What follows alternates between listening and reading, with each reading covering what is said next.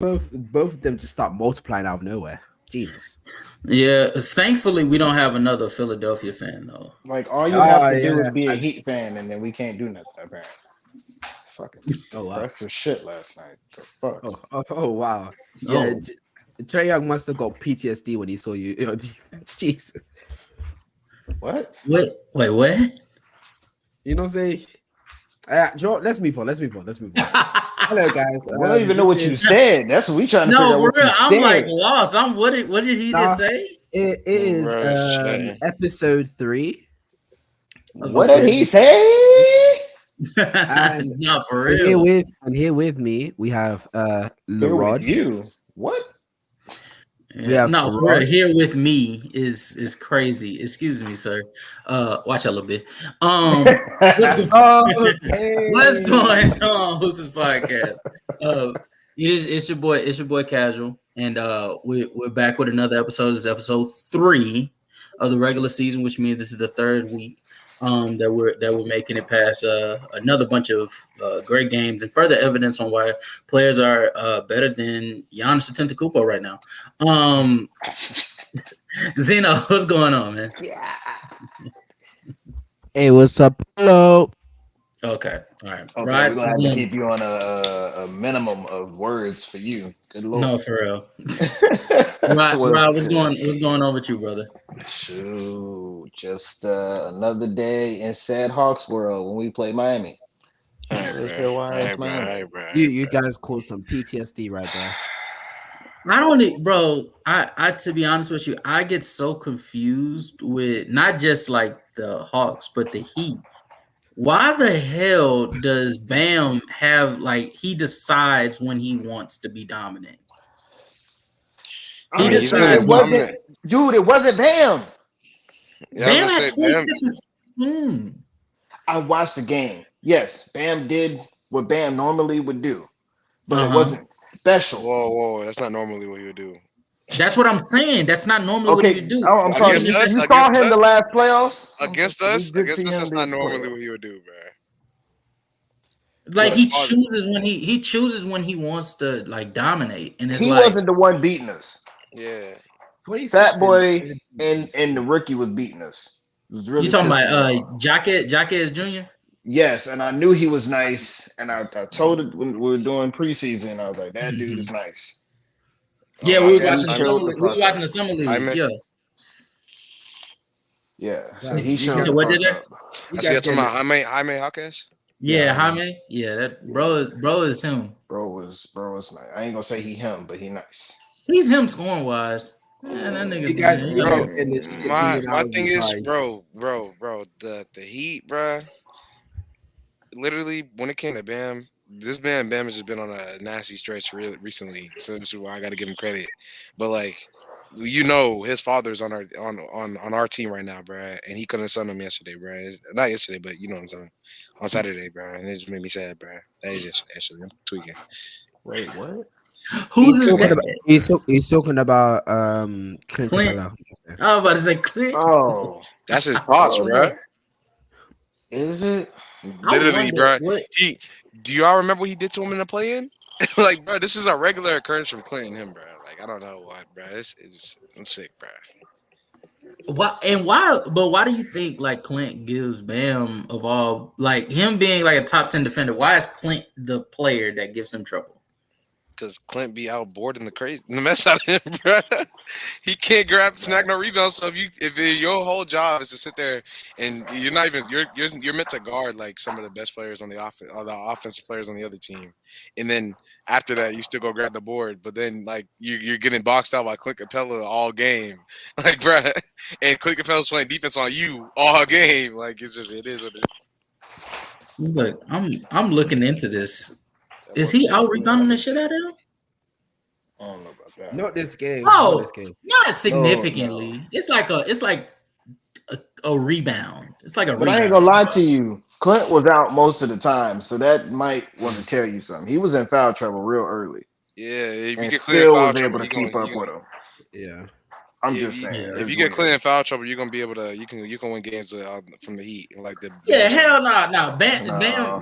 nah, I ain't gonna lie to you. He be sunning Clint, bro. Clint don't be moving me like this. I'm looking Clint at this. literally Nah. if you watch the game, Clint literally is a 3-to-1 rebound ratio, bro. In my eyes, bro. That's how I feel about it.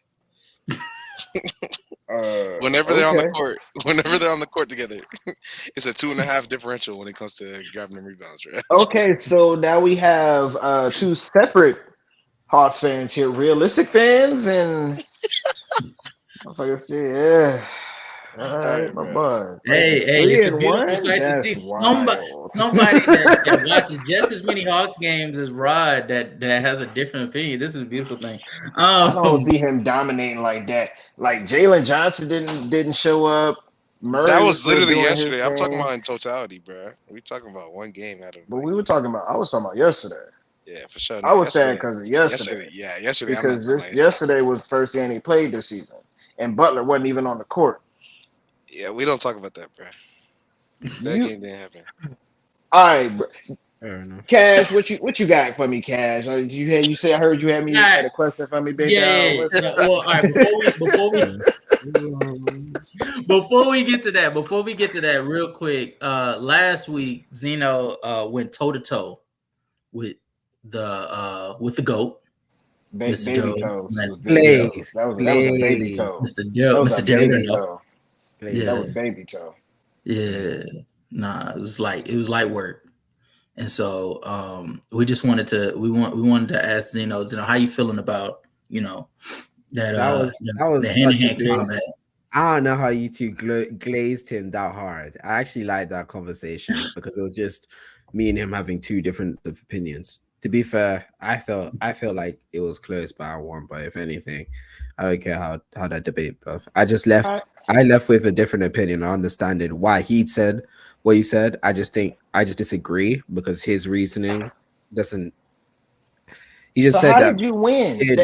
That's confusing. Y'all said you agree to disagree, and it was over. No. Draw. I said, bro. My question is, I said, I guess we are just gonna have to agree to disagree. But if you was listening to the debates, I feel like I won. That's what I said. Yeah. So Rod, my question to you, because I have obviously, I got my own opinion. Do you who do you feel like between him and Mr. Randolph had gave better points? Not who you agree with, but who you think gave better points to their side. I think they both gave good points. Both speaking on both sides of the ball, defense and offense. Where one value, you can tell one valued more offense than they did value defense, and they think that would suffice all the time. But yeah. And then one value defense along with playmaking, and they all have playmaking ability. So I think it was kind of a draw, real even. I don't think anybody made a significant bounce over the other. Hey, as much as sometimes you hate on me, hey, I actually like that opinion at least. I don't hate on you. I don't hate on you. Yes, you do, buddy. I don't. You will know if I hate on you because I would treat you like I treat Kyle Lowry, fat ass. Fuck that. That. I'm not gonna lie to you. I'm not gonna lie to you. The way he hates on Kyle Lowry is generational hate. It's generational hate. Dog, he don't do nothing, and it's so annoying. And he fouled all last night, and it pissed me off. I'm like, no foul calls whatsoever. You will not find somebody that hates a player more than he hates Kyle Lowry, and I to this day still do not know why. I don't know why. You do know why. You just don't agree with why. Respect me personally. I think. Go ahead, Zeno. Respect mini CP3. Hell no. I'm not going that far. Hell no. I'm not going that far. I'm not going that far. But what's wrong with you? But I'm not even gonna lie to you. Y'all know I'm on Zeno's side when it comes to the J Kid being cut, but I slightly give the edge to Mr. Randolph. I think him sticking to the point about how passing and defense leads to, ultimately leads to championships. And, the fact that, like, it's not a coincidence that the Dallas Mavericks won a championship in 2011, not just because of, Dirk's fantastic play in the clutch, but also, how Jason Kidd's playmaking and defense contributed to that, to that run. I think that sort of sealed it for me, but I don't think that he cleared or anything like that, because again, like I think it was an uphill battle to me for Mr. Randolph to be able to, like, convince me, because I agree with you ultimately, I think it matters more impact than just what you do, like as far as like the bag that you bring. It's the impact that you have within the bag. And so in Steve Nash's case, I think he brings more impactful wise, but at the same time, I have to give kudos to him for that. So I want to say one thing. It's weird that you're moved by that when I specifically stated, and if you go back, you can hear it. We said, "Oh, we're talking about peaks, right?" And he proceeded to take the New York Nets years as his peak. So New Jersey. But I asked that. But remember, I asked y'all that question to see where y'all were talking about. Exactly, and he agreed with me that it was New Jersey Nets. So you being moved on the fact that he's talked about in the Mavs when that wasn't his peak, and that wasn't. But you understand. You do understand that even though you stated that, you ultimately, the more y'all were talking, you dove into the latter years of it. I didn't. I actually tried to move away. That was my whole reasoning of that. I was specifying that, and you also realized later on, you heard me specify we're talking about the New York Nets years, and that's why I spoke more and more about the fact that his offensive game wasn't refined, especially the fact that he didn't really have a post game. He really didn't have a mid-range or 3-point shot to really space the floor. That's why I was constantly speaking. No. I'm not saying that you that's didn't. On you though. I'm not saying you didn't speak about that. I'm saying the more y'all were talking, because this was like a 30 to 45 minute conversation that you guys had. The more y'all were talking about it, the more you guys started to slowly creep into the years that were out of Jason Kidd's prime. Because for you to mention Steve Nash's prime, you have to also mention the fact that Jason Kidd's prime was no longer, like, it didn't go as long as Steve Nash. Like Steve Nash from 04 to like 2010 was his offensive like prime or peak, right? Like those are the years where he was with the Phoenix Suns, right? Mm-hmm. And so, thank you, Rod. And so, Jason Kidd, his prime ultimately ended in what?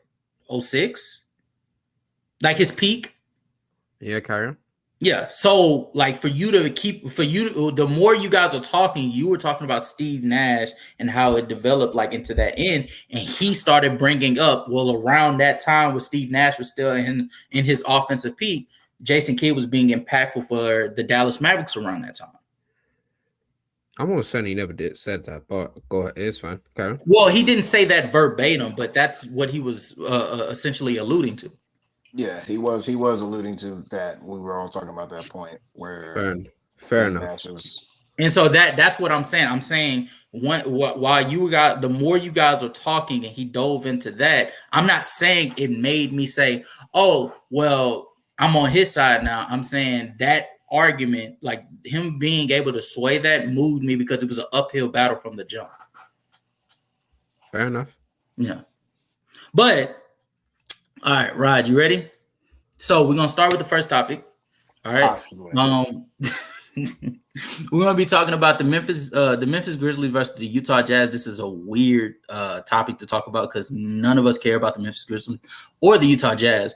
But this game in particular does have some type of substance, in which, as far as me and Rodney go, we've been heavily we've been going heavily toe to toe when it comes to officiating. So in this Utah Jazz versus Grizzlies game, the Utah Jazz got to take, if I'm correct, they took about 27 free throws.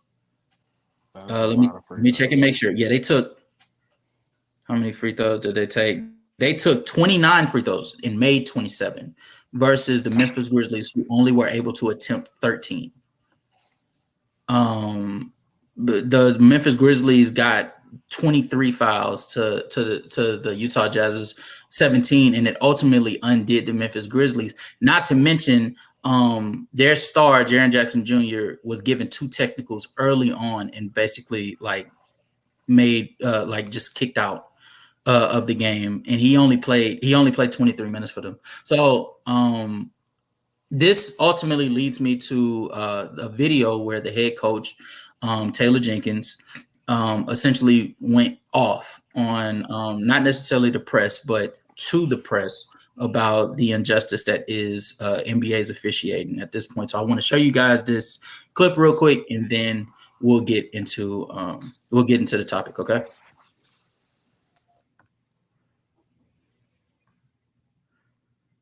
You guys can see it. We can see it now. Yeah. Okay. Good. A lot of calls that ended up not going your way in this game. Just how would you describe, the feeling between yourself and the team, when a game kind of plays out that way? Sure. Saddle up. One of the most poorly officiated games I've ever seen. Record it. I'm fine with it. Fucking atrocious. Jaren Jackson plays 23 minutes and is in the paint all night. He's one of the most professional players in this league, and he gets a double technical foul. And the excuse I get is that he's charging at an official.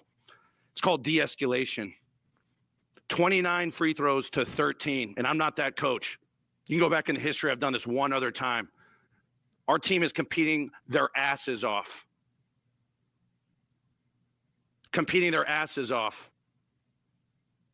And this is what happens. The interactions right now with the officials, complete disrespect. I know what's coming. It's unbelievable the looks on the faces when I'm trying to engage in conversation to defend our guys that are busting their tail right now. Busting their tail. And Jaren Jackson's one of the most professional guys. And if you go watch the play, 2 possessions in a row, he gets hacked underneath the basket, 0 free throw attempts. I'm not trying to put a name on a jersey and this guy should earn these fouls and all that stuff. Watch the game. 29 free throws to basically there was 7. And then at the end of the game, a few more added. I don't understand it when guys are competing their tails off. And we got stuff we can clean up. Sometimes we're grabbing, we're holding, and one's like, oh man, here. In the heat of the battle, when conversations are trying to be had, notices trying to be made on things that are happening, and there's not the enforcement of it. It blows my mind. What are we doing here? What are we doing? Our guys are competing their tails off. And we got to play better. We got to coach better. We got to play better. But I don't get tonight whatsoever. Again, I'm going to go back to the interactions. Stern. Nothing. Stonewall. Ignoring. And then you wonder why our guys are trying to compete. I don't get it. I look forward to watching the tape, getting responses to when I send clips in, all that stuff to see what should have happened. And you wonder why. Haven't done this most of my career, all that stuff, but I got to defend my guys when they're competing their tail off. And we're not trying to lose our heads. We're trying to go out and win basketball games and try to play better. It's as simple as that. We're trying to play better. We're trying to play better. There's got a lot of better that's got to go around. A lot of better that's got to go around. Look at the numbers. Look at the clips. Thank you. I'd love to talk to you guys more, but with all due respect, leave it at that. Thank y'all. So, yeah, that happened. And the reason why I wanted to talk about this is because we haven't really got a chance to introduce the audience to this topic, Rod. And so I wanted to come straight to you and get your thoughts on officiating in the NBA specifically in today's game. To give just a little context before I let you roll on, Jaren Jackson Jr. he caught the ball at the rim, had 2 defenders on him, on his back, laid it up, and as soon as he made the bucket, he went straight to the officials to tell them that's a foul. They tech him up. He's asking them why. like repeatedly while getting pulled back, the official texts him one more time, gets him out of the game. Rod, you have the floor. All right.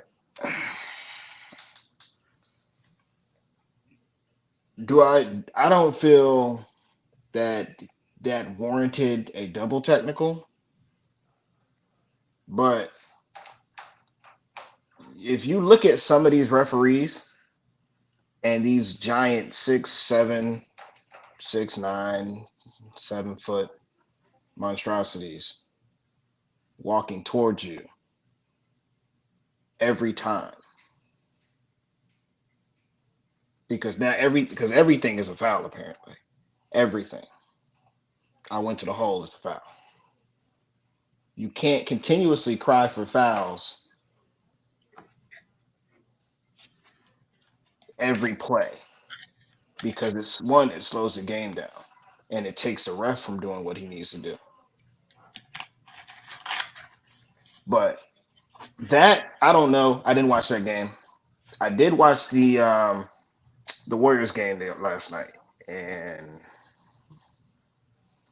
it shocked me when I saw some of the stuff that happened. The refs in the NBA, only in the NBA, because everybody else below them have separate rules that they have to deal with. The NBA has so many lax rules that you are allowing way too much. So there's no control over what's going on, which is what the refs are supposed to be. But they can't do that if you're constantly in their face, yelling, Draymond Green, crying, LeBron James, AD, Steph, Dame, Donovan. Everybody on the court came in to play ball. If there's no ref there, what you gonna do? You just gonna play, right? Am I wrong? We go play pickup every Saturday, every afternoon. There's no ref there.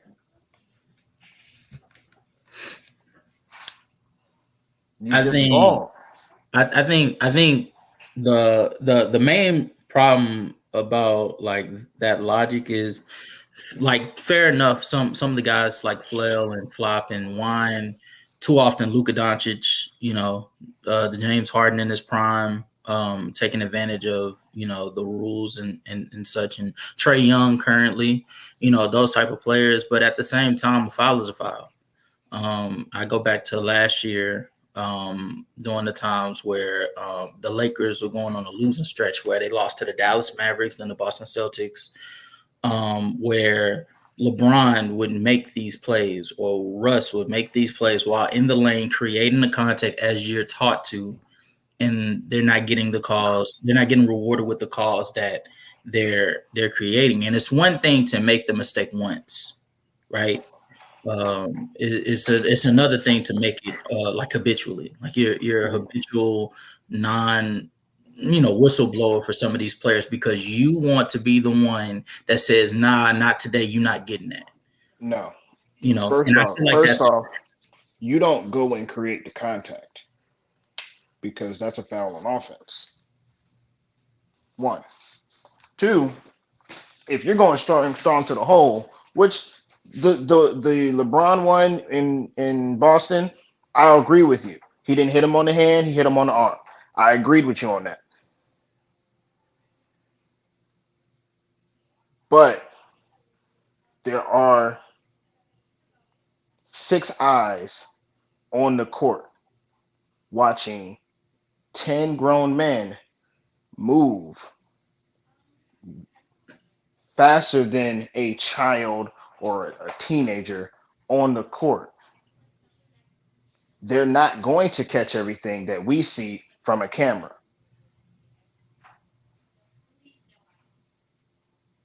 But I don't expect them to catch everything. I'm saying, okay, in clutch, like specifically in clutch moments, right? Or pivotal moments. You're telling me that those 6 eyes that's on the court, not one of them are looking at the ball handler or the person that has the ball in their hand. Yes, one play. So I'm telling you, the play with LeBron, as he comes through the lane, the ref that's next to him has him. When he gets to the lane, the ref at the bottom has him.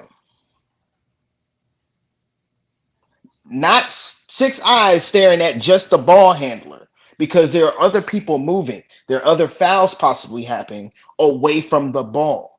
So not everybody is going to be staring at the ball. But even if you're not staring at the ball, the action that's happening, especially the person that's at the bottom watching. Quick second, I'll be right back. Yeah. Especially the person that's watching in the lane at that time. Like for instance, in this situation, in Jaren Jackson Jr.'s case, you can see clear as day he got fouled. Everybody else noticed it. How do you not notice that when you're watching the action? And I could pull up the video for you and show you. Pull up the video. But the foul was flagrant. It was right there. It was right in their face, and they did not blow the whistle. Because there's only so many things that you can blow the whistle on that happens in a play. They missed it. Cool. I still made the basket. Let me get back on defense and help my team.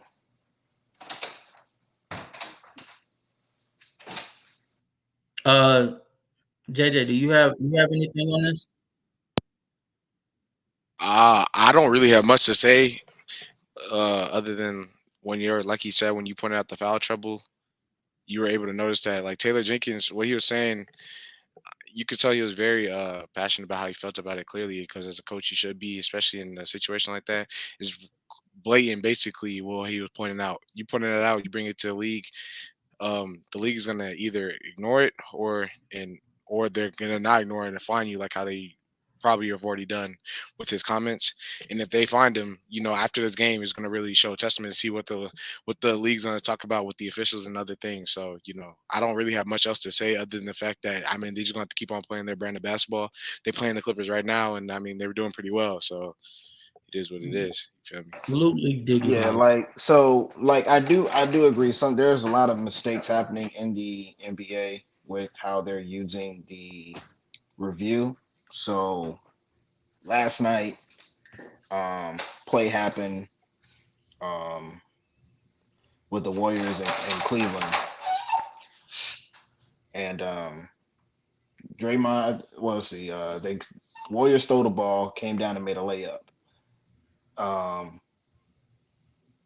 Draymond pushed a little bit on Donovan Mitchell in his back.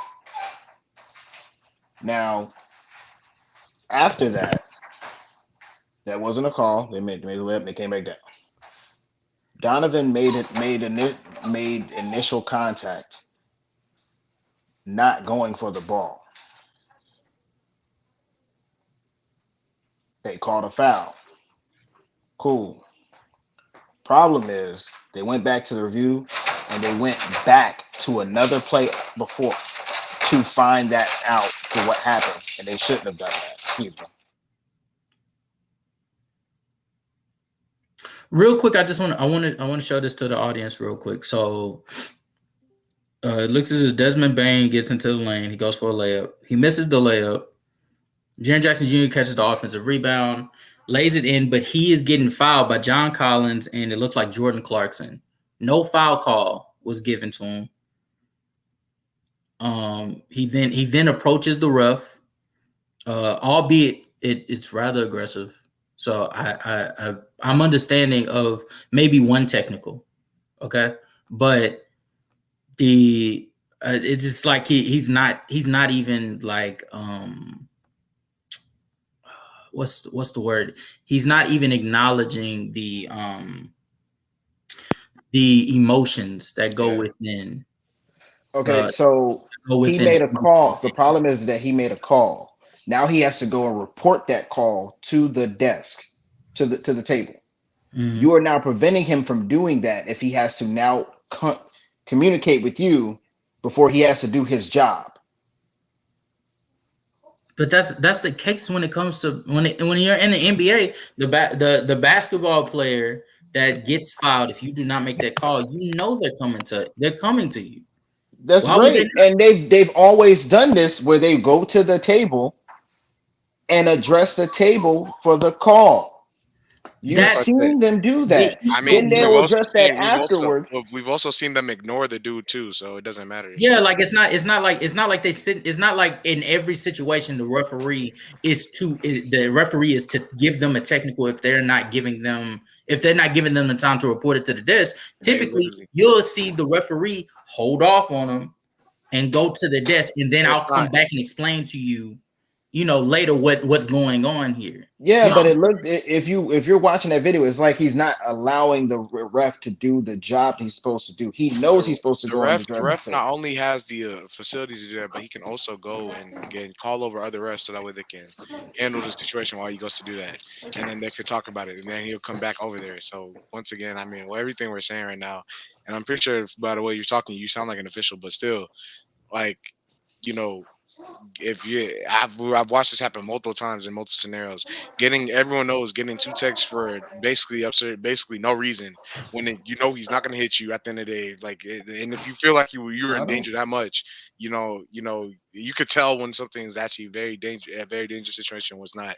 And so at the end of the day, him doing what he did right there, him doing what he did right there, just giving 2 texts is just completely absurd to me. I'm not gonna lie. It wasn't a white man. I mean, whether he's white or black, I don't think that truly matters. I think playing an NBA game, bro. I think it's the fact that the cause, and this has always been my problem. And JJ, this has always been my problem when I speak about officiating. My problem is if you're not going to call that, that's okay. I mean, I don't agree with it, but I would understand. But be consistent. Do it, everybody. Don't do it. Be just with this one player, like Taylor Jenkins was saying in the interview. They're focused on putting a name on the jersey and saying, if you're not this guy, you're not going to get the same calls as, let's say, a Harden, a Kevin Durant, a Stephen Curry. You're not going to get those calls, and that's unfair to the rest of the league because they're creating the same contact. It's just because their name isn't Curry or Morant that they're not going to get those calls. That's BS. Be consistent. That way, there is nothing anybody can say. They can disagree all they want to, but at least they know you're doing the same thing to a Jimmy Butler that you would to, let's say, a Dillon Brooks right now. You know what I'm saying? That's always been my thing. Be consistent. I'm with you. They need to be more consistent. I agree. But I don't know what focuses are being put in the NBA. I'm not an NBA ref, as much as I would love to be. I am not. They get paid very, very well. You ain't never lie. But I am not. I ain't even got close to that. I get you. So I don't know when they're training or what their focus is on for the summer. I get, we got these new rules, so they got to focus on those new rules. And whatnot. So all the changes that happen, they have to go back through and study and all that stuff. But every night is always going to be something different. The way the game is played, the physicality of the game on certain teams. Because let's say Charlotte isn't as physical as a Philly. The Warriors aren't as physical as the Lakers. So what do I do if this team is more physical than that team? Do I penalize the more physical team for being just stronger? I don't think you penalize them for just being stronger. I think that falls more in line with, if you're consistent, then the people that are to get those calls are going to get those calls. So in the case, like you said, the Lakers, the Philadelphia 76ers, they're going to get those calls because they're in the paint most of the time, creating that contact that not forces, but allows the referee if they're being consistent, to be able to say, nope, that's a foul, and they'll lead the league in fouls or whatnot. And if the players that are more perimeter oriented, like the Golden State Warriors back in the day, well, I don't even think that they were just perimeter oriented, but they were primarily. They won't get the calls that they're supposed. They won't get the calls that are like, given to the Philadelphia 76ers or the Lakers. But if you are going to go by name, then the Golden State Warriors will be somewhere in the hierarchy of foul calls given, because they have a superstar by the name of Curry on their team. And that's not fair when you have a player that is a lesser star, and let's say De'Aaron Fox, that doesn't get those calls as frequently, even though he's creating the same amount of contact, if not more in some instances. I like that. That's really what I think it comes down to. Okay, so again, the offensive player cannot create the contact, because I disagree with that too. I think you can create. We've seen it plenty of times. James Harden has literally shown a tutorial on how you can create contact. Chris Paul, Kevin Durant in their prime literally gave a tutorial on how you can create contact. And sweeping your arm when in a triple threat position. Yeah, that is creating contact. That's why that's gone. And putting your like locking arms with a defender, that's creating contact. And those things aren't gone, by the way, because as we see in a Warriors uniform, like Chris Paul is still able to do it. He's not getting those calls for that. He is getting those calls still. No, he is not. He definitely ain't getting it from him creating contact around the rim, because he ain't getting to the rim. No, he's actually getting fouled because one defender is stepping under him while he's shooting, or hitting him on the elbow or arm. Hand is a part of the ball. I disagree, but shout out to Leaf Diggy, shout out to Dev. Thank you guys for joining the show. Much love, much respect. All right, we're gonna move on to really a fun topic, something that we really haven't gotten a chance to dive into these last 2 weeks. Me personally, is just because I wanted to see a little bit more to see if this is actually it. But earlier this season, guys, I said that I don't think that Jokic really has an MVP case because certain players can get Leaf Diggy says certain players can get away with it. We all agree with that. I think we all also agree that that's not necessarily fair to everybody else, because some players, create more contact than those players that get away with it, and that's not necessarily right to be more consistent. Either which way is the common ground. But earlier this season. Earlier before the season started, I told you guys that I don't think that Jokic really has a case for an MVP, because for you to win MVP, you have to show that you're still that much better than the competition individually, as far as like the Tatums, the Embiids, the Giannis's, the Currys of the world, the Lukas of the world, and you also have to have like your team has to be leaps and bounds better than damn near everybody else for you to have that, for you to win that, especially after going on the historic run that Jokic has already gone on, winning 2 MVPs and then winning a championship last year and the Finals MVP. Well, I'm happy to say I was wrong. This guy Jokic he's fantastic. So far this season, he's averaging 29, 12, and 8. If you want to round up, 29, 13, and 8 on 67.7 true shooting. He has the Denver Nuggets with the best record in the league, I believe, right? They're 8-1. They're 5th in offensive rating. A lot of people like to get down on them about the defense. the top 10 in defense. Their net rating is third. They're second in the league in assists per game. Like as a totality, like this team is moving like a well-oiled machine. There's no sign of stopping it. Speedy recovery to Kelly Oubre by Leaf Diggy. Speedy recovery to Kelly Oubre. Okay, I'm not calling him that. Tsunami swag. Tsunami swag. I don't know why that Leaf sounds Diggy so also gay. says Sixers are 7-1. Joel is leading the league in scoring. I think he's gonna bring up that the Sixers. I won't let that slide. So don't worry. Yeah. But I want to talk to you guys, JJ and you Zeno specifically, because I want to give you guys an opportunity to speak about how well Jokic has been playing, and then Rodney, I'll get to you.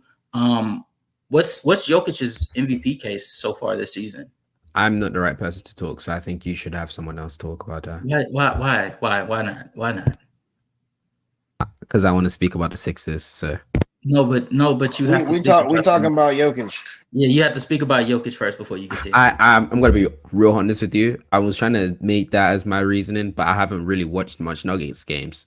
I've watched probably one Nuggets game, and really I was paying attention to their defense more than Jokic's offense, because I could pretty much tell what's going to happen with Jokic every season.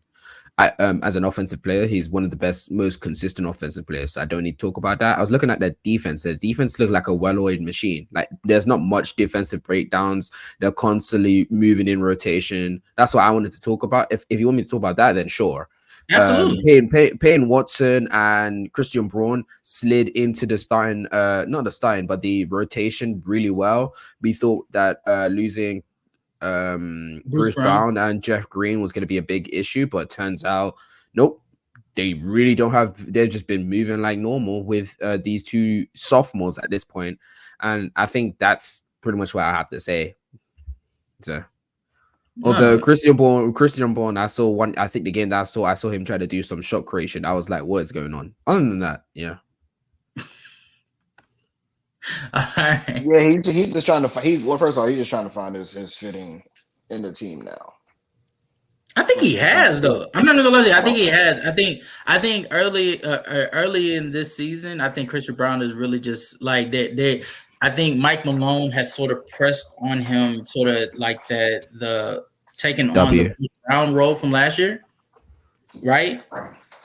And so I think that's more Peyton Watson that's taking. No, I'm wrong. Carry on. No, I think Christian Braun has taken the Bruce Brown role. I think Peyton Watson has taken the Christian Brown from last year, and so I think Christian Braun has taken that like literally. And so he's taking on some of the not responsibilities, but some of the things that Bruce Brown brought to the table last year. I think he's trying to replicate that. And he's not doing exactly what Bruce Brown did for them last year, like shooting well from the three-point line. He's shooting 25% from the three-point line this year, but that's not what he's there to do. He's there to be the dirty work guy while also, being a competent facilitator in his role, like coming off the bench.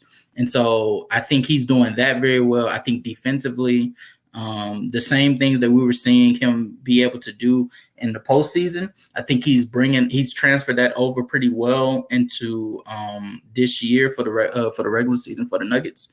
Adding that with Peyton Watson, which I don't think they even thought that Peyton Watson's 15 minutes was going to be this impactful for him. I think this team is good. This team is scary, bro. It's like and the more you think about it, Jokic's offensive run is getting up there in the rankings. It's getting scary out here. JJ, what do you have on Jokic's MVP case right now?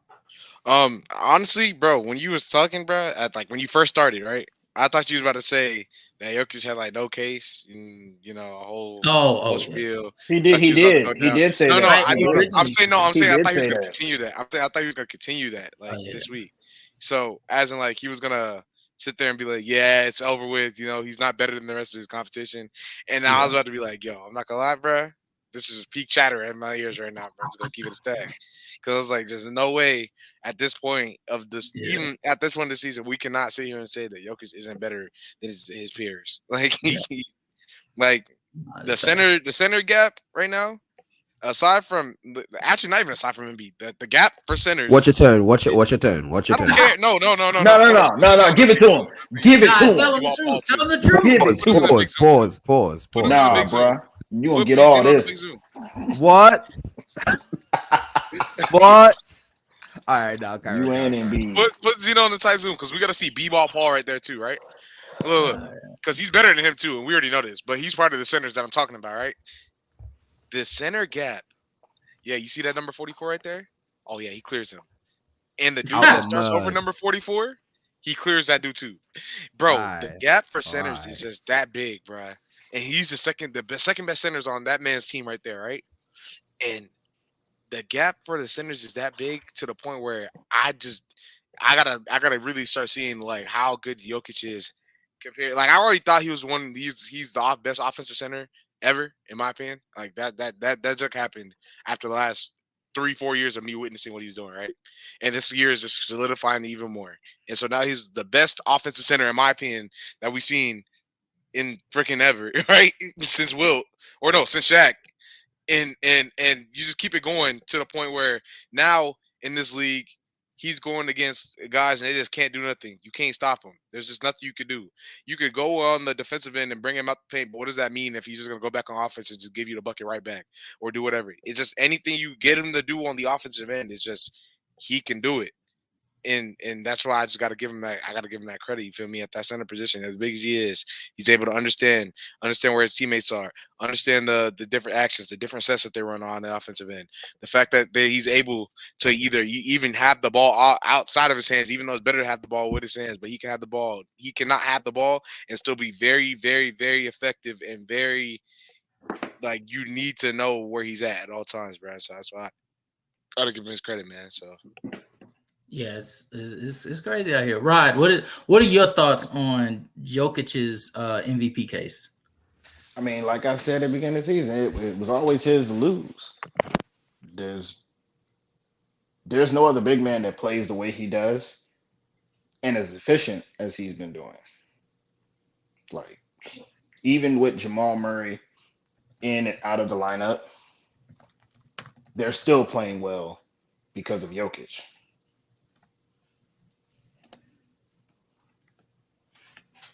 I'm with you. Jokic can give it to you from inside. That slow ass 3-point shot he has. How the fuck y'all don't block that? But all right, whatever.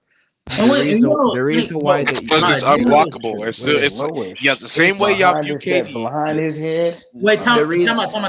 Rod, hold on, real quick, Zeno. Rod, you want to know what's funny? He's not even shooting that well from the 3-point line this year so far. He's not even shooting that well.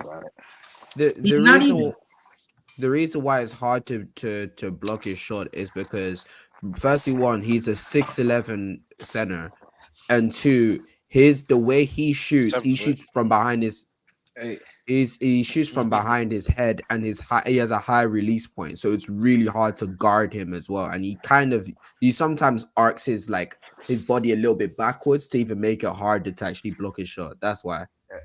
Is he shooting as bad as Giannis? Casual. Sorry, I had to take that shot. My bad. Is Giannis shooting as bad as Trae Young? Damn. First off, Trae Young is a chucker. We know that. Same with Giannis. Golly, Giannis is a chucker too. But 33% on 4.3 attempts. Folks love talking about Trae Young when their favorite player can't even shoot, bro. Like, yeah, your favorite player is trying to get into the post and misses. Must be nice to be able to kick your head coaches out every 5 seconds, right? All right, bro. That's a fake narrative too, bro. Did you guys do the same thing? Did you not get out Jason Kidd? He was playing. Hold on. Jason Kidd was there. Jason Kidd was there for 3 years. Budenholzer was there for 5 years. Like this nigga Trae Young is swapping out head coaches like he swap out toothbrushes. Like this is all right, bro. This is nasty, People are bro. trying to act like Lloyd Pierce was a good coach, and now you're trying to sit here and say that Nate McMillan, after what he just did in the last year, is actually also good too. Like, what are you talking about? Man. My boy Brian McKnight was doing something for y'all. Yeah, I'm not gonna lie to you. Embiid already has 14 points in his first quarter. This ain't looking good for the. He ain't looking good for the Indiana Pacers. I ain't going with That you. peak chatter I be talking about, bro. Talking about some Trae Young. What are you doing, bro? But yeah, back to what we're talking about. What's going? But yeah, no, what I'm saying that to say, with Jokic right now, like I think it's not really a competition for anybody right now. If y'all, I will ask you guys this. Respect Embiid. Especially for him. And that's what I was about to say. Especially for him. Especially for him. Okay. Relax, Sixers FC is down bad right now, man. Who is the player that you would say is second in this race? A distant second, but a second in this race. The second best player in the league? I'll be real with you. I think Jokic is probably. I think Luka's is probably the MVP right now. Are we just ignoring LA? Are we just ignoring what Luka's been doing this whole season? Absolutely, but we're gonna act like Jokic hasn't been running this shit. Yes, but you need to also realize the context when it comes to the Mavericks, the team that they came into this season. We didn't think they were gonna be this good. And they are playing their asses off while Luka is also taking a jump on the defensive end. Luka's actually been an even better three-point shooter than he is before. Luka's actually been playmaking well as he usually does. His shot creation has taken somehow has become even better. And he's literally been snatching wins from other teams. I do understand except the Denver Nuggets. Except the Denver Nuggets. Can we wait like 20 more games before we definitively say that Luka can win the MVP, bro? All right, bro. You said this season, like this season's already been going for like 15 games. I'm saying right now. I mean, of course, later on we can then change. Yeah, right now my MVP still Jokic, gang. Right now, the way that Jokic is playing right now. You're right. Are you a Joker hater? I feel like this is no. I'm actually not. The sad thing is, I'm literally not a what's called a Jokic hater. If you've ever spoken to me about Jokic, I've been straight up with it. I know that Jokic is better than Embiid. In fact, if you know me long enough, I've actually said that Jokic has been better than Embiid since the year after the bubble. So I'm 100% honest with it. You may hear me say stuff like, "Oh no, Embiid is close." I'm just doing it for Sixers FC. That's the only reason why. I can't just give it to Jokic and not actually defend my own guy. That's such an L. So that's why. Yeah, no, I can back Zeno when he says that. No, he actually understands that Jokic is the best player in the world. Actually, shit, we've had arguments about whether like between Giannis and Jokic. Like, so no, he's a Jokic fan. It's just I think the problem is you're ready to give Luka the baton a little too fast. It's only been 9 games for him, whereas Jokic. Hold on, let me finish. It's only been 9 games. It's only been a 9-game stretch for Luka, whereas Jokic is piggybacking off of the progress he already has, and not only is his team winning, more than the Dallas Mavericks, but he's performing just as well than as Luka. It's not like Luka defensively is not having that. It has not had like a substantial increase, not an increase, but he's gotten a little bit better defensively so far this year. It's only been 9 games. I don't think that is sustainable, but his offense definitely is sustainable because we saw it from last year. And I think his defense is sustainable. If anything, I would do the opposite. I would say his offense could probably not sustainable, especially his 3-point shooting. Then I would agree with you. You think it'll get better? No. I think it can get worse. I think that would make more sense because his 3-point. Have you been paying attention to his 3-point shooting? I'll tell you. Wait, you talking about Luka? Or you talking about Jokic? Luka. Oh, I'm talking about Jokic. Never mind. Yeah, I was saying Jokic's offense is sustainable. Defensively, he's been good. He's been good to above average so far in the 9 games due to the development of the or the team chemistry of the defenders he has around him. But I don't think that that's sustainable for an 82 game season. Fair enough. All right. So what I wanted to say is I would understand what you guys are saying, and I don't have an issue with you now because I get where your guys is coming from. But you know how I deal with these things. I'm talking about strictly this season. And I know that's kind of a bad thing because it's only been 9 games. But I ain't talking about what he's been doing from last season into this season. Yeah, maybe if I'm comparing the players that they were in season A and season B, when I'm talking about specifically just this season, I thought that Luka has been probably the MVP this season. Although I can recognize that Jokic is still the best player in the league. No, I don't think I think we all understand the best player in the league and MVP, 2 different conversations. Exactly. 2 different conversations. But when we're talking about MVP, like when it comes to what Luka's doing right now, albeit fantastic, Jokic's is on both ends, same as Luka, and it's leading to not only wins but pivotal wins. Think of the competition that Jokic has gone up against so far in this regular season, and he still performed very well against while still winning. They've only lost 1 game in the 9 games that they played so far. And then they played the Lakers. Luka.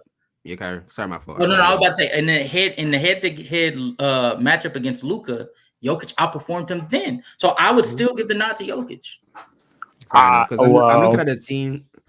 I won't even lie to you. That was the thing is with that matchup, it's so badly slanted into the Nuggets' favor because the Nuggets, the issue between the Mavericks and the Nuggets is that it's not that they play the same system, but the team is kind of orchestrated in a way that one player is usually carving out consistent, high quality looks, and then you're having to try and stop the bleeding on the opposite end. That's how they essentially play. But the Nuggets are way better constructed defensive scheme compared to the Mavericks. And that's why the Nuggets were able to consistently, have that 10-point lead. That's why I would say that, because it's kind of a bad matchup because they both are doing the same thing on the offensive end, but one has a better defense. Is what I'm trying to say. Well, I would go to the one loss that the Nuggets did have was just a room service ass whooping by the Minnesota Timberwolves. The one loss that the 76ers had, and prayers up for Kelly Oubre, once I said in the chat. They one loss came against your Milwaukee Bucks, which took every bit of that 39 from Dame to win that game. But by the way, what's up? You want to also talk about how they scammed us of like 2,000? That's how we lost the game. Really? Here we go. Scammed y'all too. That wait, hold on. We lost on fouls. We didn't lose to Dame. That's what I say. But Dame did shoot like about 17 free throws. Maybe if Joel Embiid played better in the first half, it probably would have led. Maybe if Giannis didn't start I would say, you know what? I feel like Joel is probably.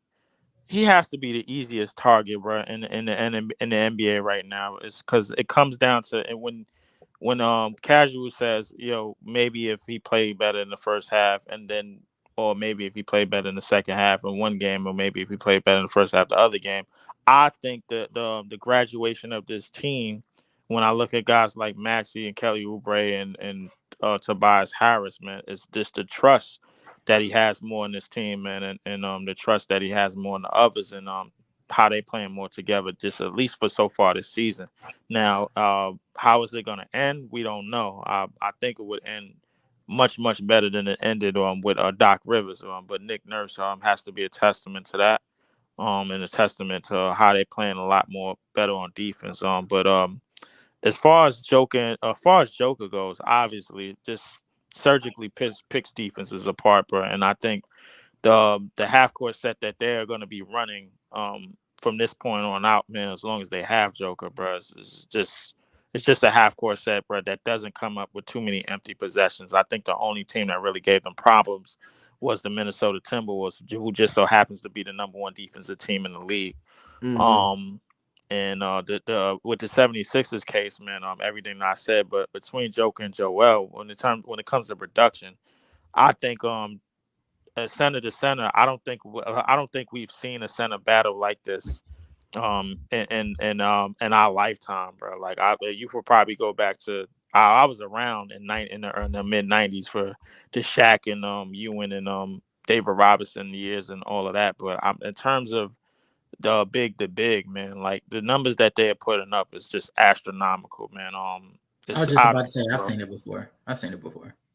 We have seen it. Well, I could say we could seen it before. I say we haven't seen it in a while. It's been a while since we have seen it. But I mean, just those two. I think this MVP race is probably going to come back down to those two. I think what Luka is doing is basically somewhat. It seems to be on borrowed time because the first injury is most likely coming because he has a lot to pick up now. I like guys like Hardy, and I like the new role of Kyrie. Kyrie is kind of just sitting back, and this version of Kyrie is basically less means more. You know what I'm saying? So like it's kind of seems like one of those ordeals, but it's going to be interesting to see how Dallas finishes. But as far as Joel and Joker, bro, like I think it's probably going to come back down to them two again. And this is probably going to be for the fourth year in a row. We looking at two guys that are literally still haven't really completely hit their prime yet, and probably just hit their prime if I had to say. And they're coming down to 4 straight years of them being in MVP battles and MVP races down the 9. And this to me is incredible for what they're doing between them two as far as the regular seasons. Obviously, the ball is in Joel Embiid's court with what Joker has done and with his 2 MVPs and the Finals MVP, and what of course Giannis has done with his 2 MVPs and the Finals MVP. The ball is now officially in his court. He has to at least get out of the second round. I think we all can admit that. I think he has to at least get her out of the second round in order to be not mentioned on the lowest totem pole of the international players, man. Because right now, if I had to say, obviously it's Joker. Giannis could still hold down the number 2 spot. Luka for right now, to me, would probably hold down the number 3 spot, and Joel would probably be the 4th, just off the strength of these MVP. But it's going to be interesting to see how these seasons end, and when what they eventually come out with. I want to give an honorable mention real quick. Rod, I'm coming to you with your second place MVP pick. I want to give a shout out to Stephen Wardell Curry. The way that he's playing basketball right now, he might get that 3rd spot. Casual. Possibly. Can we talk about if you're gonna say his name, bro? Say it correct, bro. That 3rd spot. It's Wardell Stephen Curry the second, man. No. As long as I've been watching that nigga's first name is Steph Curry.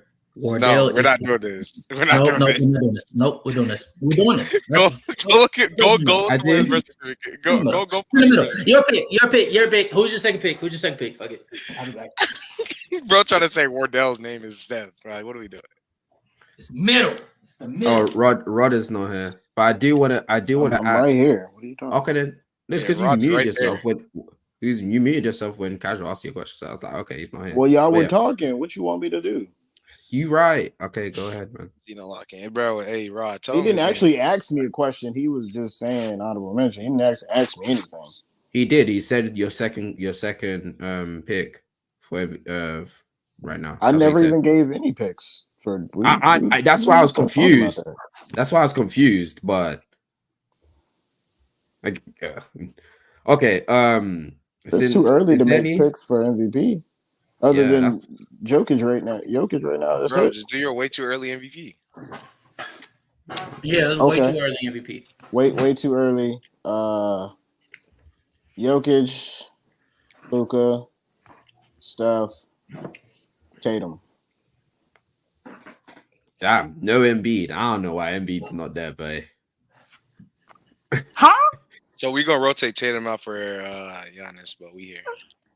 We definitely not doing that. We definitely not doing that yet. Huh? No. Giannis? We're not doing that yet. No, we're not doing that yet. We're not doing that yet. We're not doing that yet. He ain't playing like an MVP. He can't do Embiid that. just doesn't exist today. All right. Oh my God. We do not care about the Cameroonian in Philadelphia, bro. Tell that man to go to the next. So we're just chatting now. See what I'm saying, bro? We just be see what chatting. I'm saying? That's he's such an easy target. He's such an easy target, bro. Just off the Now, play. When we talk about Joel Embiid, what do we say about him that's not warranted, bruh? We are first off, we're talking in an MVP case. Second, bruh, if y'all everything that warrants him being shot at by y'all is based off playoffs, bruh. Let's be honest. And this is a regular season. It's a regular season, bruh. So when we talking about regular season, can we please just leave out all of these blunders that we know, bro, that we don't acknowledge by guys like, I don't know, Jason Tatum and some of these other players. Shoot, bro, I acknowledge him. Yeah, JJ, I know you acknowledge him. Me and you both on the same page about him. But my thing is like, can we leave those things? Can we leave those out of the back of our mind when we talk about? I acknowledge, but hold on. Embiid has 19 hold on. And 1 quarter. No, he's such an easy target. Zeno, if you don't, Zeno, and if you and Rodney don't back me up on this, I know who my real friends are. How many times do I give Joel Embiid his credit within the same breath saying I understand the people that hold him to? We'll see what he does in the playoffs. When we talk about him being in a hierarchy of the top 3 conversation, I think Joel Embiid is fantastic in the regular season. But if somebody comes to me and says he's a top 3 player, no, he's not, because there's 3 better players that perform better in the postseason as well. Yeah, clip that. He's fourth. He's I'm clipping that, but I never put him top 3. I never put him top 3, by the way. I think this season, and that I'm not. Bro, is he even better than Steph? In this season, I think he would be fourth. This season he is. I think he's better than Steph this season. I think you can have an argument that he's better than Steph this season. This season so far he is, bro. Like, listen, JJ, 2016 step on crack, and y'all trying to say Embiid is better. JJ, respectively. Actually, no. What you're saying, JJ, respectively, is bro. Like, listen, in terms of what Steph can do in the postseason, we already know. But the thing is, the Warriors. We're talking about right now. You said this season. Right now, as far as there's no way right now, as far as this season goes, Joel is better than Steph on freaking on Angel Dust, bro. The way that Stephen Curry is playing offensively right now, is insane. I was actually watching. So is Luka Doncic, and so is Joel. And get this, Leaf. Luka has a conversation. We know. And Joel doesn't. Can I say something? And Joel doesn't. He has a conversation, just not as much as Luka. Mm-hmm. Okay. Oh yeah, and I stand corrected. Joel is second in the league in scoring. That Luka is first. I had to correct that. So he's averaging 33, and I think Joel is averaging 32.1. I think 31.9. Right now, right now he's averaging 31.9. 31.9. Yes, on 51, 37, and 84 splits. Well, 38 from the 3. And that's damn good for a center, bro. Like, no. Kudos to him. Fantastic. And as far as this MVP race goes, I think he's second, and I think Curry. I think Luka's second. I think Embiid and Curry are like tied for third. The reason why I give the nod to Curry to be in that conversation for that third spot is because the way he's playing offensively, if he doesn't play this way, the Warriors' records are flipped. I would agree with that, but at the same time, they look rough. I would agree with you, but at the same time, the Warriors have to prove that they could beat somebody other than the Pistons and the Kings, bro. Like, because when they played contenders, the Suns opening night lost, the Denver Nuggets the other night lost. They probably gonna play the Lakers. They probably gonna get a foot up their ass because they don't match up with them. That's probably gonna be another loss. So, with the way they playing so far this season, I don't know. With the way that they playing so far this season against these scrub teams that I just mentioned that they beat. The way that the Lakers are playing so far this season. Oh, the way with the okay, all right, the way that the Lakers playing. You might have a point there, but as far as the contenders go, bro, the Warriors have to definitely proved that they could be contenders. Last year they had a problem with winning on the road. This year they have a problem with beating the highly touted teams and contenders. It's only 9 games in. How can you say that? How can I say that? Because they played because the marquee games that they played, bro, they lost. They lost to Denver and they lost to Suns on the opening night. They had 2 games to prove that they was better, that they was still better than some of the marquee teams, and they didn't prove it. They failed. They lost against the Phoenix Suns in a 1-possession game where, excuse me, if they guard the pick and roll damn well, and Devin Booker just makes a read that was news to some of y'all. Wasn't news to me because he's top 10 to me. But Devin Booker it was new to some of you guys that he made that read. Like, shame on them for losing that game. And then losing against the best team in the NBA. Shame on them. Yeah, no. Okay. In terms of losing to Denver, I would like to believe that coming into that game is that the Warriors is still the only team that had the Nuggets number. No. And for anybody last year that thought that the Warriors were going to be able to beat the Denver Nuggets last year, shame on them as well. And did Jamal Murray even play in that game? What do you mean? Did Jamal Murray play in that game that they lost to Denver? Don't think so. I could check real quick to make sure for you. I got it. Yeah, because they've been missing Jamal Murray for a minute. Yeah, Jamal Murray I think he's only played like 4 or 5 games. 4 or 5 games, I think. Yeah, I don't think Jamal Murray played in that game. They beat the Warriors on Wednesday, and let's see. No, he didn't play. Reggie Jackson started. Yeah, Jamal Murray has only played 4 or 5 games. I do want to say that they doing all of this without Jamal Murray, man. I'm just like, man, listen. What'd you say? What'd you say, Jimmy? As I was saying, I think it's understandable that having Jokic as the MVP makes sense right now, because even now I can't even deny the fact that he's still rolling without their second best player. That's something that has to be stated.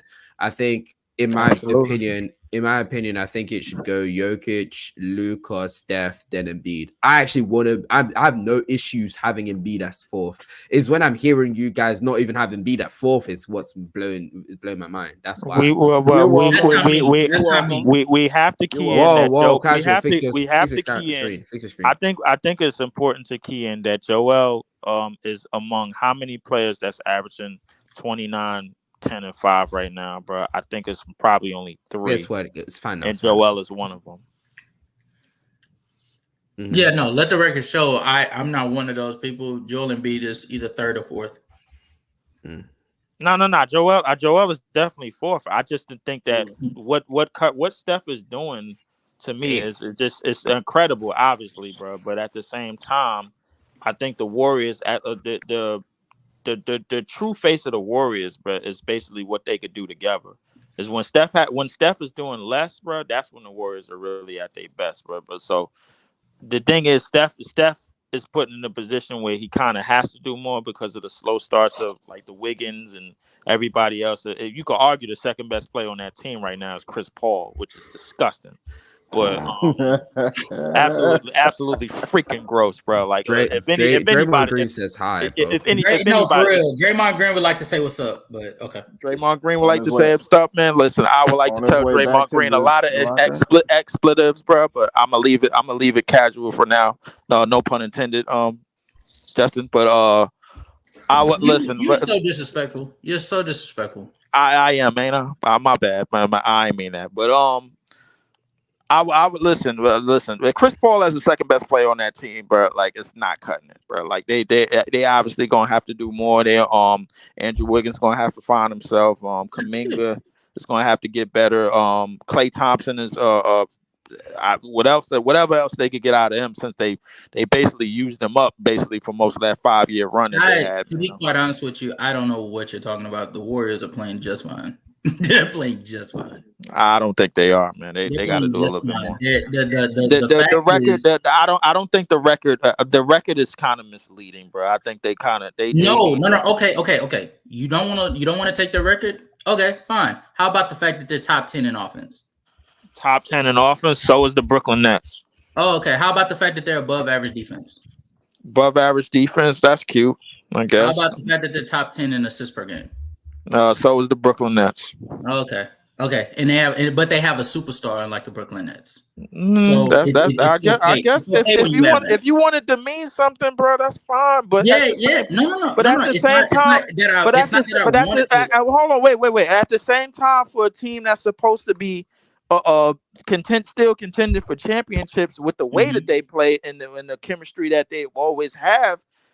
This is, to me, in my personal opinion, this is not getting it. You know why? And you know why it's not getting. And you know why it's not getting it. You know why it's not getting it? Because the Denver Nuggets exist. That's why it's not giving it. It's not giving it because it's not giving it because here's a news flash: the Golden State Warriors are better than the Phoenix Suns right now. They already lost. The Golden State Warriors are better than the Los Angeles Lakers right now, and they can't beat them in the seventh. I don't know what to tell you. The only team that they're not better. You just mentioned two teams, but that they have not beat, bro. Like that's all. Denver? Yeah. Who? The Denver Nuggets? No. The Lakers and the Suns, bro. First off, they have not beat the Suns. They haven't proved that they could beat. They haven't beat the Suns. Hold on, they played the Suns in the first game of the season. Mm-hmm. And that's it. They went up against the Phoenix Suns in the first game of the season. Now they have to prove that they could beat the Lakers, who they had matchup issues with, and coming out of the Los Angeles Lakers don't have a matchup problem with them as well. I highly doubt that, bro. Do they? So they have the perimeter defenders to be able to disrupt. I mean, listen, Cam Reddish been playing very good defense, bro. For us, I've seen, bro. Like, you got me co-signing the Lakers, bro. This is bad, bro. You got me co-signing the Lakers, bro. This is bad. Can we move on, please? You're gonna have Daryl very happy. Nasty. You got me co-signing the Lakers. What is this, man? Yeah. All right, we're moving on to the next topic. We're going to be talking about who is the best duo in the league and why is it not Tyrese Maxey and Joel Embiid? Rodney, we're going to start with you. What? Hey, bro, listen. You know what? I would just like. Wait, hold up, Zeno. Before we continue, I would just like to say, Zeno, bro, I got a whole lot of respect for what this team is doing, bro. The fact that Justin is continuously looking for ways to bash Joel Embiid, bro, like it's crazy to me right now. Hey, let me say this. All right, well, we're not doing. Here's what we're not doing. I'm not gonna lie to you. At this point, I'm just kind of zoning in and out of when Justin speaks because at this point, it doesn't make sense. He's laughing at a team that's above him in the standings. He's laughing at a team that's gelling way better than his team is. He's laughing at a team that without the actual best player, Damian Lillard, they can't win games. But Hey, I want to say this. I will say this. More respect to Maxey because people said Maxey wasn't going to be able to get better as a playmaker and a long ball creator. And he is for sure doing it. So. I will say this for you, Zeno. Definitely more respect than Maxey. And if I'm not mistaken, JJ was one of the people that said he couldn't get better at playmaking. But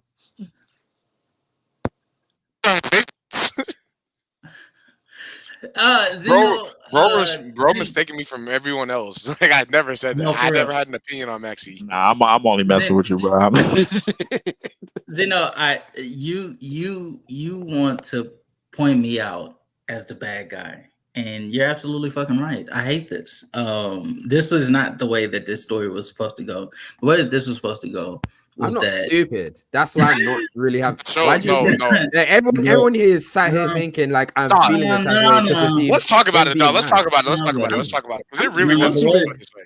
The way that this was supposed to go. The way that this was supposed to go. Yeah, Karen. The way that this was supposed to go, Damian Lillard and Giannis's pick and roll was supposed to be utilized far more often. The offense was supposed to be the best thing in the league. Right. The offensive chemistry was supposed to be like seamless. You know what I'm saying? We were supposed to get Chris Middleton back, and he was gonna be like nasty on the offensive end for y'all and shit. And you know what ended up happening? Dame wanted to get to the roughest start he's had in his NBA career. Giannis wanted to forget how to get the ball in the basket when being 0 to 3 feet away from the rim. Mix that in with the fact that after the first game against the Philadelphia 76ers, Adrian Griffin just stopped doing what was working for him in that first game. And I don't know, So I know what's going on. Excuse me if I need to shit on your team to make me feel better. Okay. All right. It's not making you feel better. It's actually making you feel worse. But I could tell you what the problem is. The problem is you know where you messed up at? You messed up at mentioning that how Chris Middleton was going to get back to something that he hasn't been since that 2021 run, and we all knew that was this shit was going to go left. So he couldn't get back. So in theory, it made no sense to think that he could get back to being a spot up shooter. To me personally, bro, like that would mean that Dame was going to be the primary facilitator, bro, which he has not been. If you go look at that offense, 9 times out of 10, Dame is calling his own number right down the court. Like he ain't waiting for nobody, bro. Dame is looking like, yo, listen, it's Dame time, man. Like, it's time to dial this shit up in. Nah. They gonna respect me out here, bro. They gonna put some respect on my name. That's how he's playing, at least from my point of view. But like, you can read a whole lot different than me, if you can, bro. But things got to change. Things got to definitely change. If you're gonna put a whole bunch of pressure on the defense, that's fine. But at the same time, one or two things got to give. If you're putting a whole bunch of pressure on the defense and putting up a whole bunch of points, that's cool. You got to win the game somehow. You got to close the games out offensively or defensively. You got to be a little bit better than what they have been, man, because I don't know what's going on with them, man. I expected a better start from them. I'm just as disappointed as you are.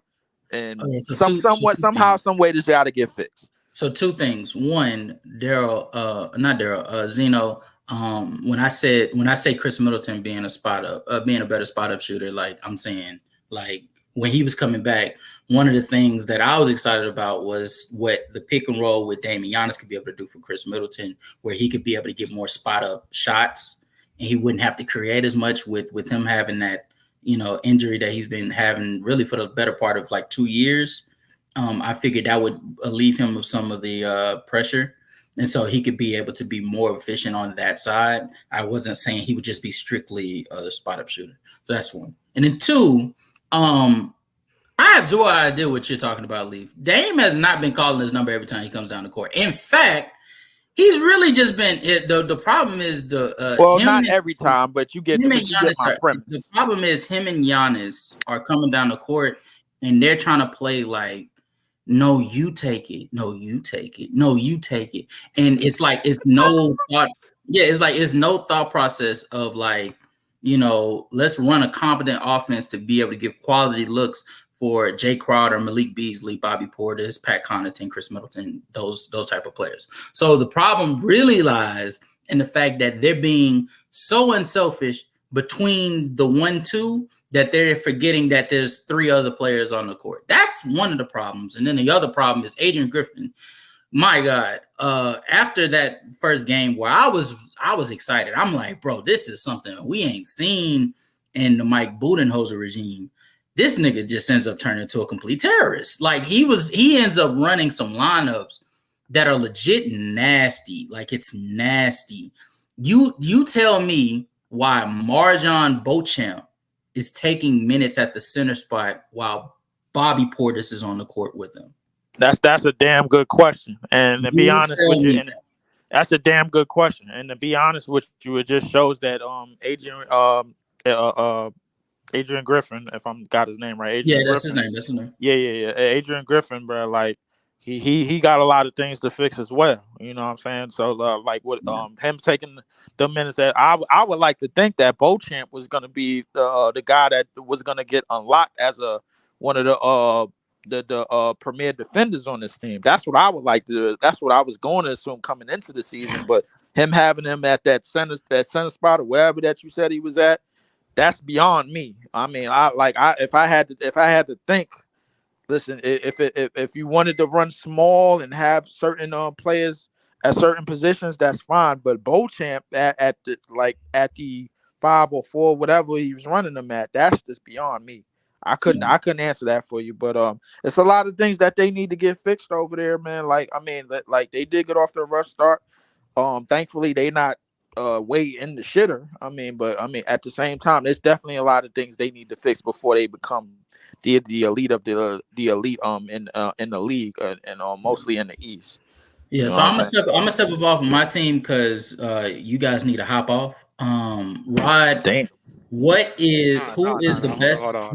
Nah. I mean, I was showing respect. Wait, hold on. You saying it, bro? Rodney, who is the best duo in the league? I mean,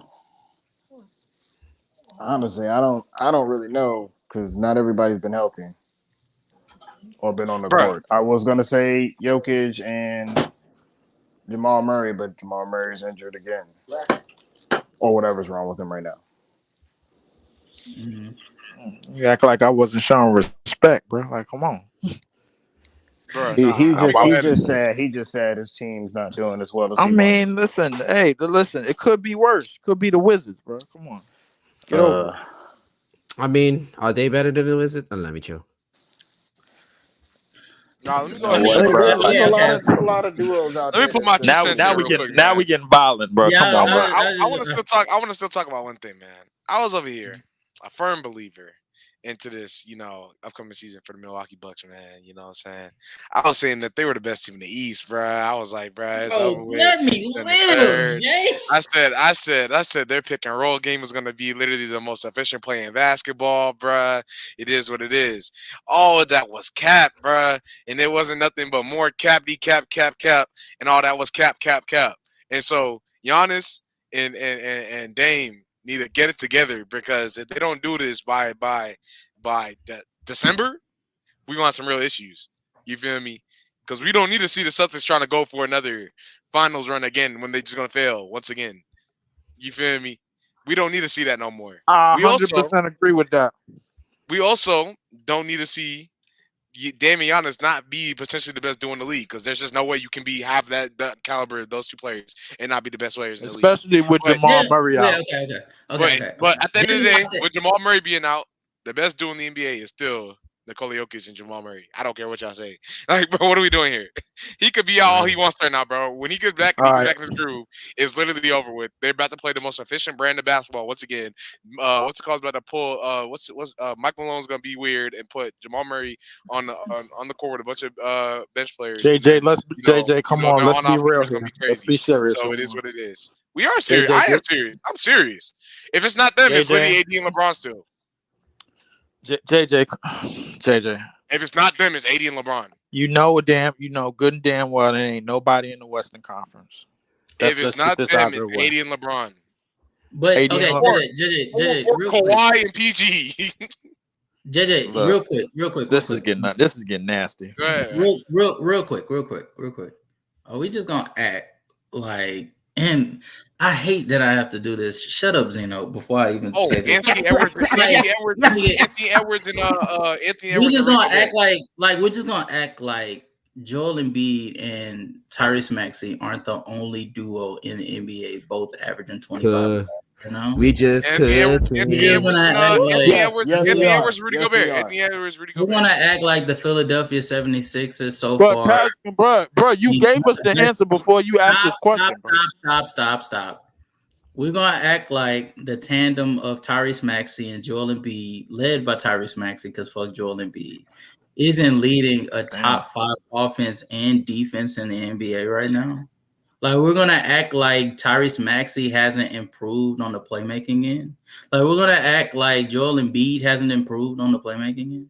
Like, we're just gonna act like them as a transition team isn't like top tier so far this year. Like are we just gonna act like Tyrese Maxey and Joel Embiid aren't the best? And then if they're not the best, okay, fine. But it damn sure ain't LeBron and AD, because there's another forward and big tandem that's tearing the league up. As in the Boston Celtics, we're gonna act like Jason Tatum and Jaylen Brown. We definitely gonna act like that. Right now. Jaylen Brown and Kristaps Porzingis. Say it again. Jaylen Brown, Kristaps Porzingis. I said Jason Tatum. You mean JB?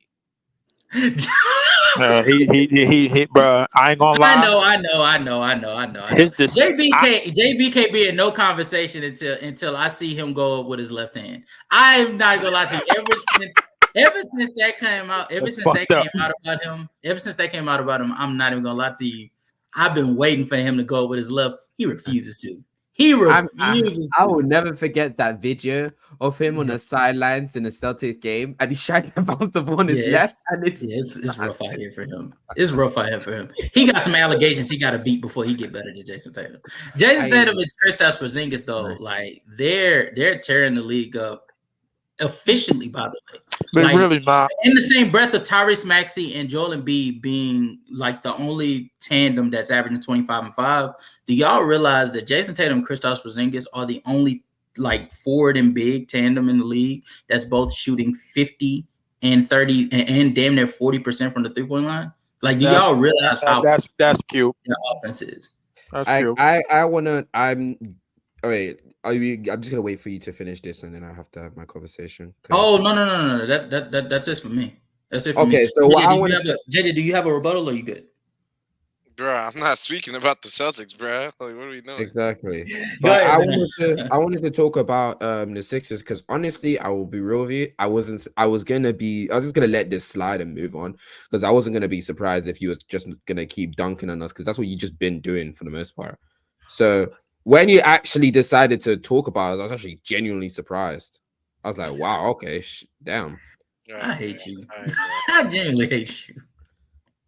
Genuinely, it's a genuine thing right now. Like, you know, I don't like using this word, but in the words of Magic Johnson, there's one thing I hate in life is the Boston Celtics. Like, this team is going to fail, and they're going to prove that they're going to fail again because what they're being judged on is not in the regular season; it's going to be in the postseason. Just like Joel with you, with Casual, and just like Joel with everybody else. We're gonna see Jason Tatum and Jaylen Brown turn into two Scottie Pippens, like I've always said they were. I don't give a damn what No. You're not getting no argument from me. Yeah. So I don't even know what the buzz is about. Realistically, their bench is not going to be sustainable to keep producing at a high level come playoff time. And that's part of one of the reasons why this shit is going to fall on their face. I told old ass Chilltown, and I'm going to tell him again once they fail. I'm going to know what he's going to do. He's going to hold his chin in one direction like this, and then I'm going to power up. I'm going to draw back. You remember like that nigga from Baby Boy, bro? Like when he draw back and he's hitting the kids in the face? Bro, I'm going to just draw back, preferably aim for the chin and the nose. And then I'm going to knock his ass out, man, with the same shit I always been Celtics. The Boston Celtics are destined to fail. Case closed. The best duo in the league, obviously, is Joel and Tyrese Maxey. I disagree. It's not because of Jason Tatum. It's not because Jason Tatum. I can't with this. It's not because of Jason Tatum and Jaylen Brown. It's because they have that, like everybody that they have now on this roster. It makes sense. Like every other team outside of the Denver Nuggets, like there's questions here or there. When it comes to the Boston Celtics, it makes sense. Drew Holiday at the point makes sense. JB with Jason Tatum as the 2 and 3 being arguably some great secondary and third options as far as like being point of attack defenders while also leading the team in scoring makes sense. Kristaps Porzingis at the 4 or 5 makes sense. Bringing Al Horford or Derek White off the bench, either way, it makes sense. Like this team, it makes sense, like through and through. So, like when I look at this team, I agree with you. I think Jason Tatum isn't good enough to lead a team primarily through him into like prominence, like championship prominence. And I damn sure don't think the same for JB. But at the same time, they don't have to because they have everybody else that does what they lack exceptionally well. You know the crazy thing about what you said?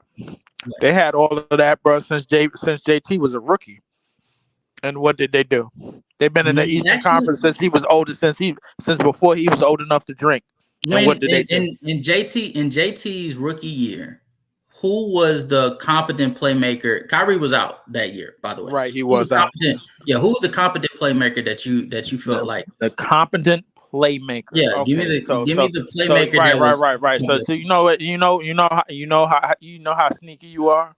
Okay. You know how sneaky you are because we were going back to that. We was like, yo, they needed a playmaker. So they went through this whole phase of where they they ran through Kyrie, and the Kyrie basically showed up in the 2019 playoffs and shot the absolute worst after that one win, and basically got lost the next 4 games against the Bucks. Granted, they ran into who else? So who else was next? Kemba Walker, the very last of Kemba Walker. They ran through him in the bubble, and then they got smoked by Miami and Goran Dragic of all people. And then they ran into to next year. I think they got smoked. They had injury problems. They got smoked to the Nets. Avenged against the Nets, only to run to the finals and then basically get walked down where JT was doing absolutely nothing in the finals. He had Steph Curry on him. When Steph Curry was guarding him, bro, I strongly believe that was absolutely the worst shooting performance, bro. Like you can't score on Steph, bro. That's when I absolutely pissed on everything that the Boston Celtics and everything that that Jason Tatum stands for, bro. Like I just don't believe that he's ever gonna be that guy to get them over the hump. And saying that he doesn't have to, you could argue, bro, that they supporting cast is worse than what they had last year when they got walked down in the Eastern Conference Finals when they magically won them 3 games, only for Jason Tatum to fall apart in Game 7 on their home court, and then they eventually lose that game. So realistically, the it's really going to come down to Jason Tatum and Jaylen Brown because there's no excuses anymore. There's no excuses anymore, and there's nobody to save you anymore. If you think Porzingis is still going to be around in the playoffs to save you, you're tripping. If you think Drew Holiday is going to raise at this point in the playoffs, go ask Milwaukee what he did for them in the past couple. But he doesn't have to. He doesn't have to. That's the one credit I have to give to the Boston Celtics. They have formed a team to where Jason Tatum has his playoff woes, where me and Rodney, Rod, that nigga Jason Tatum doesn't show up every now and again in the playoffs. It's okay. You have a slew of other options that could be able to show up. If JB decides not to show up after the first quarter in the postseason, it's okay. If you say so, bro. I mean, I'm holding on to your word for it. We talking about 50-50 Tatum? 50-50? Yeah. We talking about no. We talking about 40-60 Tatum. There's just like no way. There's no way we're accepting just talking about something because he has other. There's no way we're accepting playoff blunders for somebody who's supposed to be a top 5 player, bro. Like, come on, I'm not accepting that. You're not accepting that. I don't think he's a top 5 player though. Well, he's supposed to be, but he ain't. Why is he supposed to be? Why is he supposed to be? Is he supposed to be better than Joel Embiid? He's supposed to be He's supposed to be a top 5 player right now, bro. I'm asking you, is he supposed to be better than Joel Embiid? Because Joel Embiid is the gatekeeper. I think Steph is the gatekeeper, but I mean, even if Steph, you think Jason Tatum's supposed to be better than Steph with the way Steph is playing? Steph at age 34, hell yeah, he's supposed to be Steph at age 34. His age, the way Steph is playing right now, Jason Tatum's supposed to be better than that. Yeah, he is. And you're expecting entirely too much from Jason Tatum. Am I really? Yes. You're expecting entirely too much. You sure? What about you, JJ? You think that is being for a player that's just average came off a season? He was average, I don't know, 31 a game. No. Because you know what, JJ thinks Jaylen Brown is better than Jason Tatum. So JJ, do you think Jaylen Brown, with the way that Stephen Curry is playing right now, if Stephen Curry is the gatekeeper for the top 5, do you think Jaylen Brown should even be like near his production? No. Okay. So, like, what are we saying right now? Like, if you're not better than the top 5 players, that's not bad. It just means you're not better than the upper echelon of the NBA, and that's okay. I had a whole bunch of people selling me on how he got better as a defender, how he got better as a player, how he got better overall as a passer. I don't know where they came from, but I mean, I don't know, man. It seemed like Tatum did get better as a playmaker, but I don't know about passing. He got better as a playmaker though. Well, I would like to think that's enough to make some strides into a top 5 conversation, but now when players like Joel Embiid, Luka Doncic, Stephen Curry, Jokic, and Giannis is putting up the identical numbers, if not better, in most aspects, and they're meaning more to their team than you are, while being just as efficient.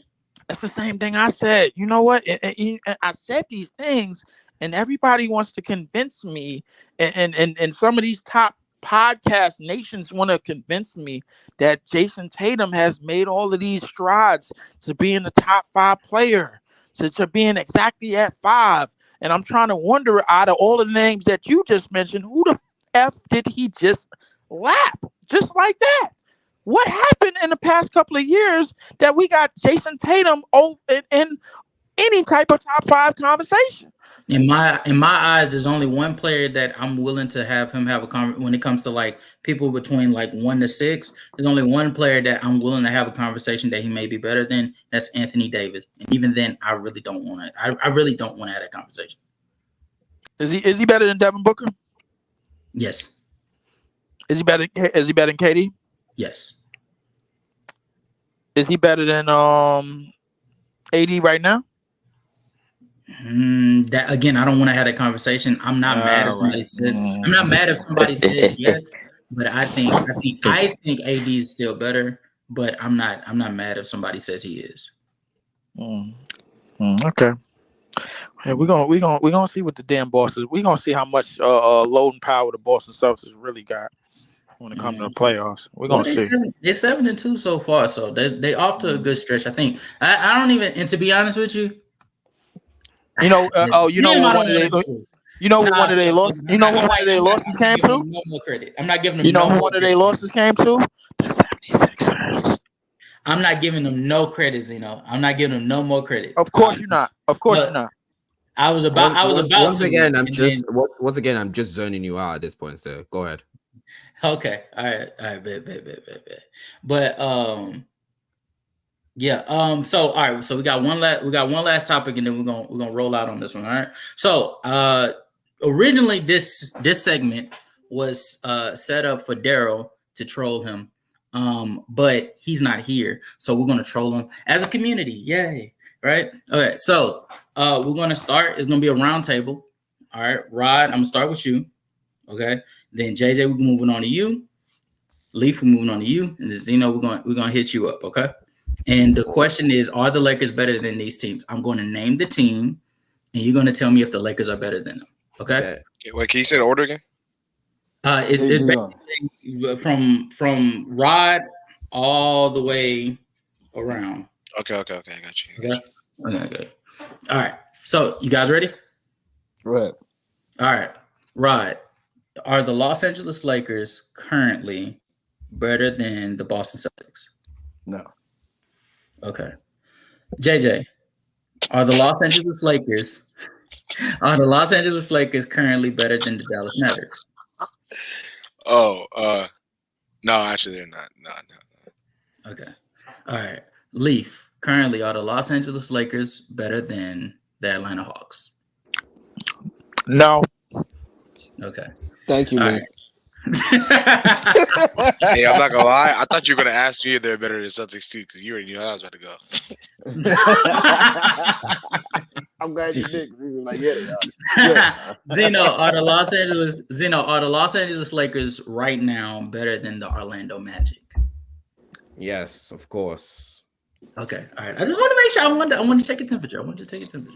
All right, we're gonna go one more time around. All right. Right. Are the Los Angeles Lakers better than the Golden State Warriors?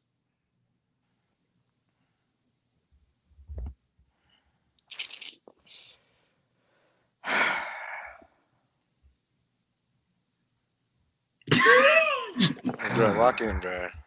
Bro.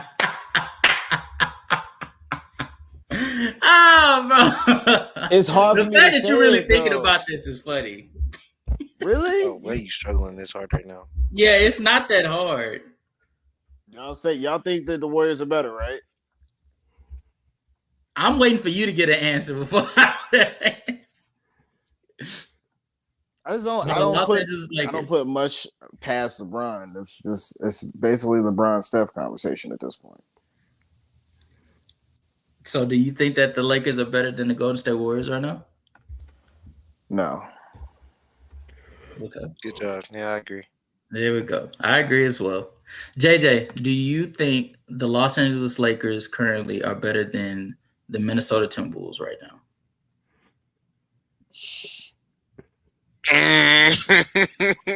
Why is this taking so long? Damn. Oh my God.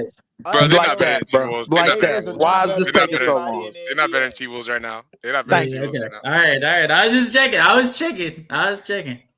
All right. Leaf, are the Los Angeles Lakers better than the Oklahoma City Thunder currently? Yes. No, hell no. No, they're not. No, they're not. No. Okay. I'm about to say. Walk that back.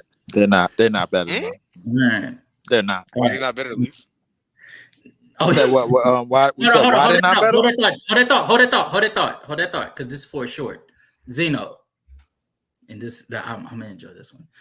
Are the Los Angeles Lakers better than the Indiana Pacers right now? I dare no lie. Now, if you really think about it, What? No, why is this a conversation, bro? Why? Dang. if you really think about it, Tyrese Halliburton and what Talk he's doing about for it. that offense, Talk about him it. being one of the best transition offenses in the league, Talk about it. athletic, like the offense. If you really think, okay, let me stop. Talk about it. It's the Lakers. So basically, if Tyrese Halliburton goes down, that team goes in the shit. Oh yeah, no, absolutely. If Tyrese Maxey goes down, I'm not Tyrese Maxey. If Tyrese Halliburton goes down, the Indiana Pacers are shit. Absolutely. Is Tyrese Halliburton a top 5 point guard right now? Right now, with the way he's playing, shit. Yeah. Okay, give me the names that's ahead of him. Stephen Curry, Damian Lillard, and then that's it. What? Stephen Curry, Damian Lillard, and then that's it. No. Well, what about No. Luka? Oh yeah. I'm sorry. Luka. Yes, Stephen Curry, Luka Doncic, Damian Lillard, and then that's it. Nah, bro. No, I'm You good. sure that's it? Who else? Shea? Nah. I get another. What? No, Shea is a two. Shay's a two. Shay's a 2 this year? Yeah. So wait, who's He's running the point? bro. He's Giddy. the point, bro. Oh, Giddy is running. Wait, point. Giddy is He's not running the actually point. Running point. Giddy's running He's point. not Shay's actually running the point. point, bro. Y'all not about to do this. He's a, no. Okay. Neither one of them are So points. no. Okay. So even Who's if listed at the 1? Shea, no. Josh Giddey is listed at the 1. Shea is the 2. But I Shea don't know is why the that's primary the ball thing. handler. Wasn't Shea is Shea literally the the 1 last year? Shea is the primary ball handler. Yes. No, Josh Giddey was the 1. It has Wait, him listed wait, at- wait, when you watch hold the on, wait. lineups, You go look up the lineups that they put together. They literally have Shea at the 1 at most of the lineups. So Shea's the 1. Oh, all right. So Shea's there's a 1 anyways, bro. Either way, in my So all right, so that's 4 people. Okay, so we got Yeah, Dame. we're just gonna keep ignoring Trae Young. if Shea counts as a point guard, then yeah, he's So that's we 4 just people. ignoring Trae Okay, Young. so Tyrese is better than Trey right now. All right, bro. I'm out. Tyrese is he What am I- really? In my eyes, until Trey- somebody Trey- can tell me why Okay, why all right, the way Trey that had Shea that is one game. All right. So Trey had that one is game. Trey still doing 27-9 right now. on difficult efficiency. No, I don't he's give a doing damn. But He's doing 24 and 10 on terrible efficiency. 24 and 10. Oh, 24 and 10. Oh, Yeah, 24 and 10 on terrible efficiency. Oh, if he was doing 29 and 10. No. No. If his playmaking was more impactful than it is so far this season, yes, he would probably still get the nod over Tyrese. No, actually, no. I take that back. No, I take that back. Even if no, not playmaking. Even if Trae Young was playing like the way he was like last year, the way Tyrese Halliburton is playing, no, I wouldn't take Trae over Tyrese because he's more efficient. Wait a second. Wait. Okay. Let's pump the brakes with this. This efficiency thing is going far too far. He's shooting 50, 40, 90 while giving you 11.4 assists with only 2.6 turnovers. No, that is you know what? That's damn good. That is damn good. By the way, I hate Shout out to Tyrese say Halliburton. that. I hate to say this, but Trey been missing layups. Like, come on, bro. Trey been missing Like, layups. what are we doing here? And I've been angry. I as hell. put it to you this way: if JJ ain't giving no resistance on this, and neither can I, bro. Like so. Trey is giving you 35, 29, and like 70 splits or some shit like that. No, 89 splits. The 35, 29, 89 splits with 10.2. God damn, that shit is that bad? 10.2 assists with 4.2 turnovers and it's not as impactful as it was in years prior. That shit. Damn, wait, hold up. Nah. Let's get back to the splits though. Wait, while Tyrese being a better defender, while Tyrese is being a better defender, that shit is that bad. His shit is terrible right now. Yeah, he's not playing well. Oh God. But the Hawks are still somehow hanging afloat though. Because of DeJounte Murray. What are you talking about? Because of DeJounte Murray playing fantastic basketball. I thought DeJounte Murray was playing great last year, but some people want to shoot. Yeah, it was like off. It was like off and on. Okay. Hold up, right? You want to tell him what I was saying? No, I don't. But I mean, I ain't watched too much Hawks basketball, man. I might have caught a game where Jalen Johnson dunked on somebody. But yeah, no, this year has been clearly I'm definitely not watching basketball. DeJounte Murray's been the best player on the team for sure, but the playmaking from Trey is still very apparent. Yeah. It's still very, very. You cannot deny it, and he's still been showing out. The only problem with Trey is the fact that he can't make a. If he can make a layup, his efficiency goes up by 20%. That's if he can make a layup. His playmaking is that motherfucker's missing his own floater. Wait. Time out. Real Hawks fans know this, right? Real Hawks fans know this. If you remember 2020 or 2021 Trey, right? This man, when he would go down to the rim, because he's running that pick and roll with Click Capella, even just in those situations where the paint is basically free, whether it be a floater or he throws the lob, it's basically a free bucket because Trey Young putting up a floater or a layup or throwing up the lob is 2 points. It basically looks like a lob, but I get what you're saying. Yeah, go ahead. I bet you know what you're saying. Go ahead. I'm not saying that Trey's playmaking isn't impactful. I'm saying it's not as impactful as it once was, and that's a fact. It just is. It's not impactful. All right, so let's get back to Wait, Cash, let's get back to Tyrese's top 5. Leaf. I'm sorry. Wait. What is not as impactful as it once was? As in the years prior, Trey Young's shot playmaking was that much more impactful because of the I won't say fear, his ability to get to the line. No, it was his ability. Still able to get to the line now, so no, he's able to get to the free throw line. He's averaging like 9.8 free throw attempts. It's not that his 3-point percentage is so putrid. The defense at times is literally not having to do work because Trey Young is fucking. Okay, I'll break this down to you the best of my ability. His 3-point percentage would not be nowhere near as bad as if he could get down to the lane and make the floaters like I was telling you. Because then he doesn't have to sit and settle. When they basically running him off the 3-point line. Wait. If you lose an area of your game, and it's just the start of the season, it happened towards the end of last season, and at the start of the season, he's been doing it, right? If you lose an area of your game, defenses are going to be able to play you easier because they're willing. They let Trey Young, bro. We already have free pace as it is, right? Because of the effect of the gravity that they bring to the lobs, right? Absolutely. But if they're now just allowing him to get down there because then he's blowing layups off fast breaks. He can't make a layup. Okay. And my rebuttal is fair enough. But when you look at Trey Young's attempts, not the numbers, fuck the numbers, JJ. Fuck the numbers. He's taking 7 threes, and out of those 7 threes, 2 of them are they're undignified threes. You shouldn't be taking. This nigga shooting from half court, and he just got in the game. He just got put back in. And he's getting cooked on defense. Can we say the same thing about? All right, I know. We're not doing this. This is his. Can we say the same thing about Dan? I was going to say there's no way we're going to say he's getting cooked on defense when literally one. That's literally at the end of the day, it's Trey Young 1, but 2, he's actually been playing way better than he's ever had. No. I'm not okay. He's not still. And I can't just say he's getting cooked. Like, is he not still just getting cooked on defense? It's not that he's not. He's wait a minute. No. Hold up. He's still getting cooked on defense. Time out.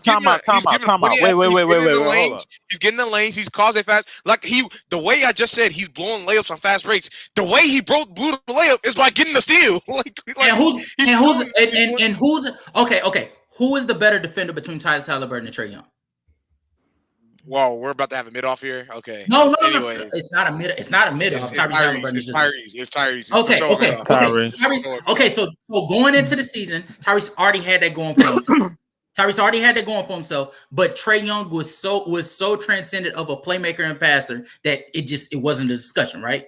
But Tyrese Halliburton, hold on, wait. Tyrese Halliburton is giving you more assists, less turnovers. His usage rate has jumped, and he's a 50, 40, 90 player, shooting only 2 shots less than Trae Young. Like, do you want him to do? You are moved by. You are telling me right now. You're moved by. Yeah, you definitely. You're telling me because he has a high assist to turnover ratio because he's conservative with his passes that he's a better player than Trae Young.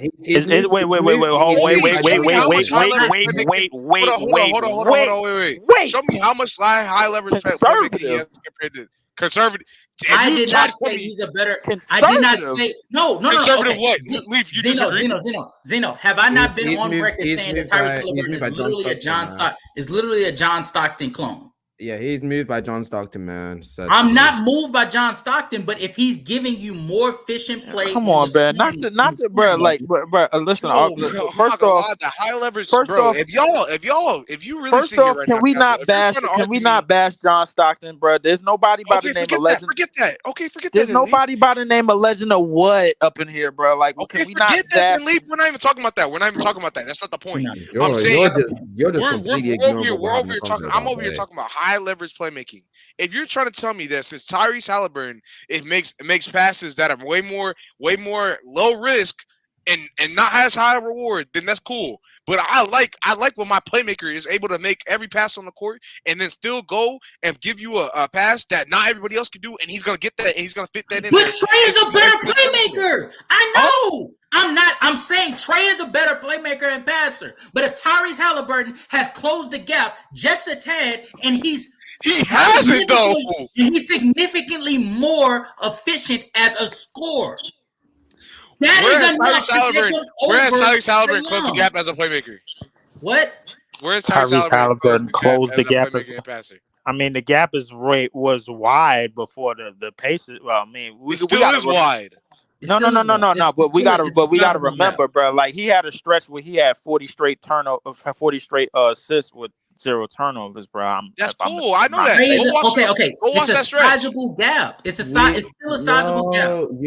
So if the passes ain't got enough difficulty on them, bro, then it don't really count. That's not necessarily that. He's talking about high quality play. What's called high quality shot. You know how Jokic and Luka, we talk about how they can generate high quality looks from what, I don't know, it doesn't matter where they do it, they're able to do so. That's literally what Trae can do. He just does it, albeit at lesser, with lesser not really lesser. But 9 times out of 10, Luka and Joker are making a basic pass, man. Like, Joker is playing within the set. Joker is playing within the X's and O's sets, bro. Like, the simple bounce pass, it just looks better, bro. Okay. If that's what you think, facts, I urge you to go and watch a Denver Nuggets game with us. I urge you to do that. Watch a Denver Nuggets. Yeah, watch a Denver Nuggets game with us. Watch the Denver Nuggets. You won't watch the Denver. We will listen. I've watched the Denver Nuggets for years, bro. Don't get me wrong, bro. You could not have if you say that Jokic is just operating within the X's and O's. I'm not. No. But the thing is, a lot of the shits are sets, and he's made to make the pass off of some of these plays, bro. So, like, if he's throwing the overhead, bro, like over the Aaron Gordon or throwing it, like, bro, we've seen him majority of what he's doing is kick out for 3 or cuts to the basket, which is good. Okay. Again, I have not watched Denver Nuggets games. I urge you to watch it with us. We'll point it out for you. Jokic operating within the X's and O's. Yeah, man, y'all on some Legend of what shit right now, bro. I swear. Lock in, bro. Leave lock in, bro. Like, this is what we're saying is not a lie. Yeah, it's not. At the end of the day, like, I'm not saying it's not a lie, but no. First off, everybody misled what I spoke. I said most of the passes that he's making, we know him to make, that's still false. That's false. That's false. That's not right. That's not right. Most of the passes that he's making is passes that we've seen him make before. Why are you saying this? We've seen him make these passes before, bro. You said those are like very, very X's and O passes. What he's doing is not no X's and O passes regularly. Look, we seen Okay, him make no, these. wait, leave. Come on, bro. Like, let's stay on the Wait, topic. We seen him. Listen, I know. Look, JJ, I know you were supporting the Chubbies right now, but that's cool. But listen, with a lot of the passes that he's made, that he's making still over these years, he's made before, bro. Like it's not. This is So not him making them difficult before passes means for that they're him. actually no passes, even if they're like This is high level. but what for him is not, bro. I don't think so, bro. Like he's like he can make these passes. We know this. All right. So For him, what it's not. What we're gonna do here is go back to what we were talking about in the first place. Yeah. And Yeah, all right. It's Tyrese top 5. Well, that's what we the were. fact of the matter is, you can have Tyrese's 50, 40, 90 right now early in the season. That's respect to him. I'm not gonna hate on him for that at all. But at the end of the day, in my eyes, Tyrese Halliburton on the basketball court doesn't do anything. I got a question at all. I got a question. So, is Tyrese better than play defense? And is Halliburton better than Maxey right now?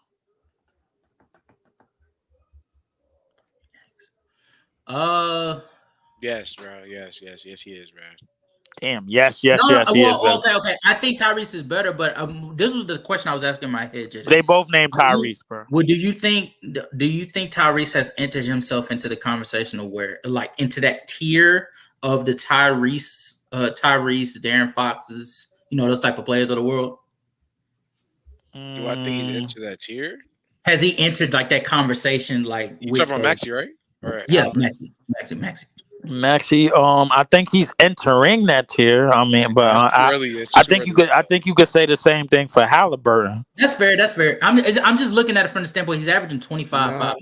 I think Tyrese. No, when you look at their game, Tyrese Maxey hasn't reached that stage. The main reason why I say he hasn't reached that stage is due to his shot creation. He clearly, when it comes to the other guards, is the weakest shot creator on that list. Even Tyrese Halliburton is a better shot creator.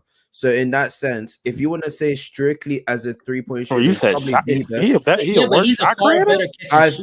Yes, I think he's a worse shot creator. In the half court set or in Zeno, would you give Tyrese cool points for the fact that he is a far superior catch and shoot player? Yes, that's what I would say. I know when you talk about your offense as like being an off-ball player and all that type of stuff, I think that Tyrese Maxey is underrated in that sense. That I think he's probably one of the better guards. The top 10 guards. I say he's one of the best guards at being playing off-ball. Mm-hmm. But I do think on-ball creation, Tyrese Halliburton has shown that he can consistently create his own shot for the past 2 seasons. I think last season he did it, and when did he until he got hurt? When did he get to the Pacers? He got to the Pacers in 2021. So for the past season and a half, he's been shown that he can create his shot more consistently than Maxey has. Maxey really has truly started to show that he can shot create this season, and even now most of his points has just been through teams attacking his closing out to his 3-point line because of his 3-point shooting and then attacking the rim off of that. He does sometimes do, create and does a step back 3 and all that type of stuff. But for the most part, he's still playing within the confines of his game. He's not actually creating shots like that. Okay. He is creating shots like that. He's not creating a lot of shots like that. I was about to say it's not a high volume of shot creation. Exactly what I was gonna say. So I wouldn't put him on these levels right now. Can he possibly do so at the end of the season? Yes. I have one of my hot takes is that Tyrese Maxey is going to end off this season as a top 30 player. So of course I feel like he's going to get to that stage. But right now, he doesn't have a right to be in that conversation. I can't put that nigga in the over and the top 30. Mm-hmm. So all right, so who you think is going to reach the top 30 faster, Halliburton or Maxey? Halliburton, just because he has the ability to, he's going to be the number one, so he's going to have the ball in his hands way more. So he's going to have to, focus. So as he has the ball in his hands more, so he's going to be able to be put in situations where he's going to have to learn to either play make out of it or create shots out of it way more than Tyrese Maxey does. Unless Tyrese Maxey just somehow gets this process sped up when Embiid inevitably has an injury. That's the only way I feel about it. That's my reasoning. I agree. I think the same thing that the same thing that benefits Tyrese Maxey to be to put up these numbers so efficiently which is him playing alongside a superstar player and Joel Embiid. It's the same thing that'll ultimately hold him back, because you play with a player that potent offensively. It sort of relieves you of duties that otherwise a player like, let's say, Tyrese Halliburton has to have. Like, he has to have the ball in his hands more often than not. Whereas Joel Embiid, we all know that the offense runs through him primarily. Though, shout out to Nick Nurse, he's being more diverse, and he's running a system that's like a little more simplified, and ball movement that's like Joel Embiid is like able to read. Wait, simplified? It's a little more simplified for Joel Embiid. All right, Karim. I think it might be a little bit because Joel Embiid is starting to make better decisions out of the post now, especially when the double team comes to it. So it's going to be important to see how he expands that part of his game and making decisions out of the post when the double team crashes. But JJ, so we good? We good? Or like I said, bro, I already told you how I feel about it. Tyrese Halliburton just isn't better than him. Like, doesn't do anything. You could talk about these little. All right. So JJ, even with all of the struggles that he's having from the field, even with all the Trae Young is struggling from the field. Yes, I understand that. I understand people's whole point of view on that, because I'm not going to argue that. Him right now, the fact that you're losing an area of your game is going to ruin the fact that you can't. I ain't even get to defense yet, bro. I mean, but you said you ain't been watching that many Hawks games, so please don't speak on the defense right now. I just wanted to say that right now. You just told me that, so just please don't. No. But his defense too. Whatchamacallit's defense, bro? Like, I have been watching some Pacers games, but I mean, you watch Pacers, but not Hawks games. My bad. Damn. You good, sorry. bro? I'm just saying. I'm sorry, bro. I got lead pass. I just don't tune into. When you got lead passes, bro. I got lead passes. You know, I'm always ready to talk about stuff like that when you actually tune in, bro. But you got to tune in first, because I'm just not going to sit there. Okay, all right. But the defense. I think even without tuning in, I think we could agree that Tyrese Halliburton has the edge. Okay, bro. I'm not moved by mid to mid defense, bro. Okay, like not moved by mid. It's mid to bad. Is it mid to bad, or is trash? it? Actually, it's trash to trash. Is it mid to? Is it bad to? Is it bad to trash, or is it? It's mid to bad. I think Tyrese Halliburton is a mid defender. I think Trae Young has upgraded to bad defender. Okay. Anyways, I feel like Tyrese Halliburton is being graduated like little by little in these spaces, bro. Like, yeah. I just want to say, you guys just let it slide. But him saying, Justin saying, graduated to bad defender, and you guys let it slide is crazy. I'm not getting into this. This is why I said I'm like the fact that Tyrese Halliburton has graduated in these spaces so much, man. Like, it's kind of wild to me. But I mean, I guess they did the same thing with Shea last year. So I mean, it's expected. But Shea at least made first team All NBA. So yeah, but he's a significantly better defender than Tyrese, like that. Yes, absolutely he is. But I wasn't just talking about defense. He's a better scorer as well. Severely better. Severely better scorer. Like I said, once Trae Young's efficiency ramps back up, I don't want to hear no switching sides. I don't want to hear none of that, because literally when because he's been making floaters recently. I feel like Rod can attest to that because he's been watching with me. So if y'all really been paying attention, bro, just know it will kill me. Rod said, "No, I'm not." if his float is able to, if his float is gonna open up his 3-point percentage climbing, Zeno, you know what? I was get to somewhat respectability before the season is over. 37-38, bro. You Zeno, I was waiting on Zeno. I was waiting for the season. Yeah, for the season. Yeah, I know. I get. He used to if you're going down, there's got to be another reason other than you just chucking threes. Like, you can't just be not chucking threes for no reason. No people. Yeah. Listen, as you said, if a part of your offense is basically blanketed, bro, like then you're gonna have to go to like plan A or plan B, and if your plan B mess up, and then you're gonna have to go to something else, and then you got that, and because your plan A and plan B is kind of screwed up. But I mean, I get what you were saying on that aspect, but in the case of Trae Young, bro, like I feel like he's. Even though that foul rule kind of changed after 2021, he's kind of he's still trying to find ways to like really be effective as a scorer. You know what I'm saying? Like, and as an attacker. You know what I'm saying? So I mean, he's absolutely right. And Trae Young has been making his floaters and stuff, and he didn't like over the last like 3 days or something. He didn't upgrade himself from being like it wasn't like 31% field goal shooter to like a 36% field goal shooter. So like if that's moving you, okay, I guess. Hey, listen, bro. It ain't like he got nerfed like James Harden got nerfed, bro. Like that we talking about, bro. The second that they made that. You still think James Harden is nerfed? No, right? What? James Harden didn't get nerfed after that on that 2020. He did, but I'm saying you still think he's nerfed right now? Zeno, I think as opposed to what he was before they made that change. I think so.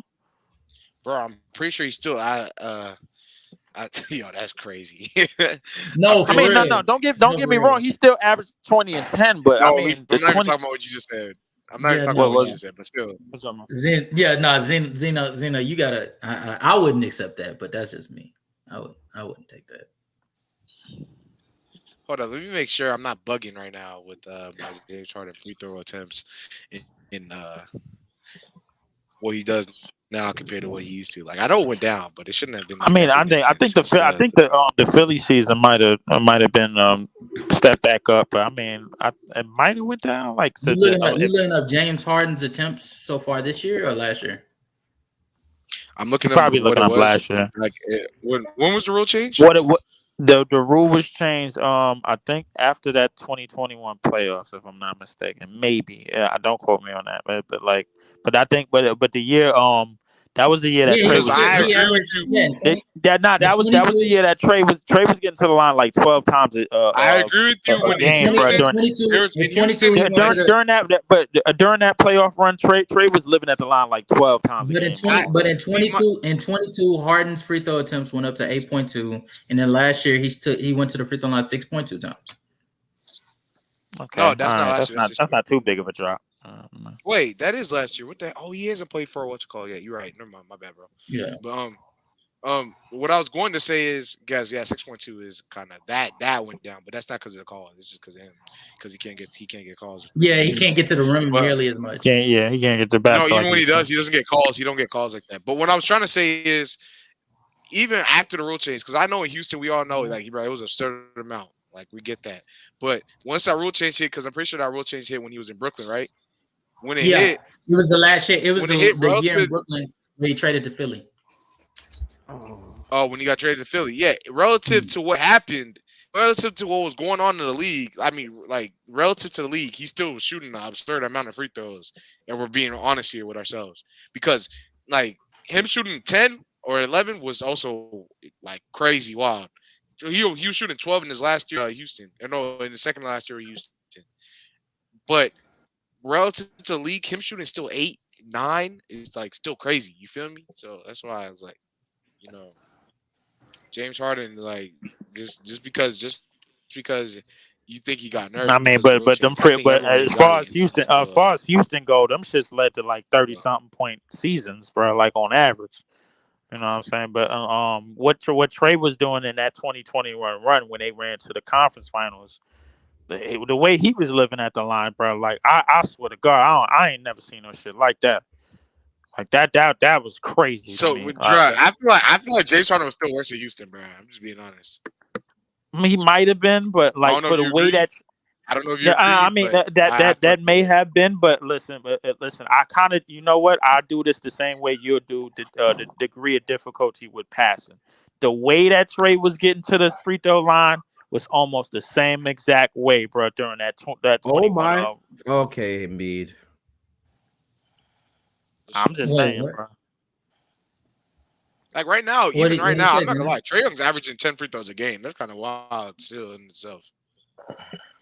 Yeah, no. Yeah, so the one thing that I'm surprised that you didn't bring up was the fact that he's still getting like he's still applying like the proper pressure around the rim. Like for him to average like significantly more free throw attempts than Tyrese so far this season. I think. Yeah, Tyrese is only getting to the free throw line 4 times. That's what I was surprised you didn't bring up. That's because Tyrese. That's because Tyrese Wait, doesn't know how to do it. he averaging 23 and 11. It should be well understood. Tyrese Halliburton does not. He's not a risky player. He's probably one of the safest players that you could possibly have in the league. So he averaging 23 and 11. So he averaging 23, 11, 50, 40, 90. The highest assist turnover ratio with 11. Because he plays it safe. Tyrese does not go for high leverage passes. Bro, Lee, why don't you talk about Chris Paul like this, Steve Nash. Oh, yeah, that's basically. Lee, why don't you talk about Chris Paul? Tyrese, no. Steve Nash playing it safe.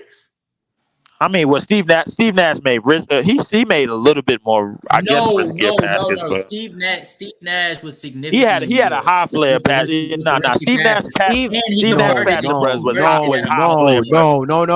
No. We're not doing this. Steve Nash made a career out of constantly pressuring the defense with his running dribble, going under the basket, constantly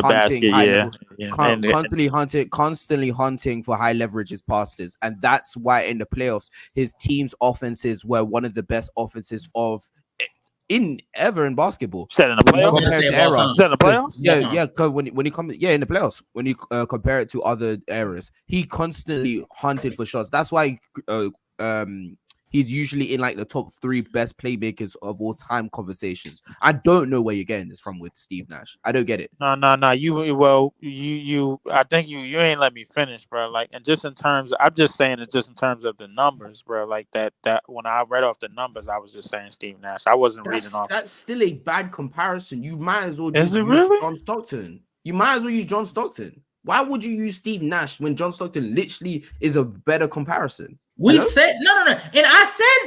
Wait.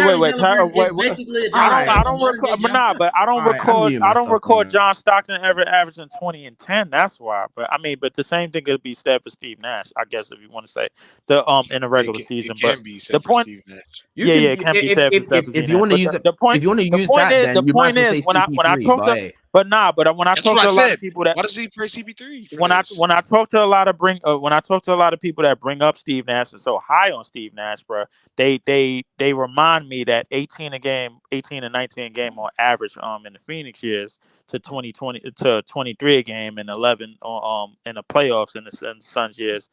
That's moving them. You know what I'm saying? Like, plus the average and the averages and the percentages, those things tend to move people. So I mean, 23, 11, 50, 40, 90, 11 assists a game, 2.2 turnovers, man. Like, it looks impressive, more so in the 82 game season, bro. Definitely. I mean, I would like to see it keep it up. That doesn't even put it into context how Steve Nash is in the playoffs, because when you really need him to ramp up his scoring aggression, he can really do that. Like, you can put yourself in the Dallas Mavericks series where he's averaging 30 the game on the game is 6 and the series is 6 games. Is it leading to winning? Yes, he won that series. So don't do that. He won. He did win that series, right? He won that series. I forgot about that. 4-2. So you can't. He won that series 4-2. Yeah, he did 30, and he did win that series 4-2. Right. He did win that series. So he never been out of the conference, but he did win that series. Yes, he did. Yeah. Now we're just being disrespectful. Are we? Are we? Is it true or not? Has he been out of the conference with all of these astronomical numbers that he put up, bro? Like, and these percentages that you guys like? Can we end the show, please?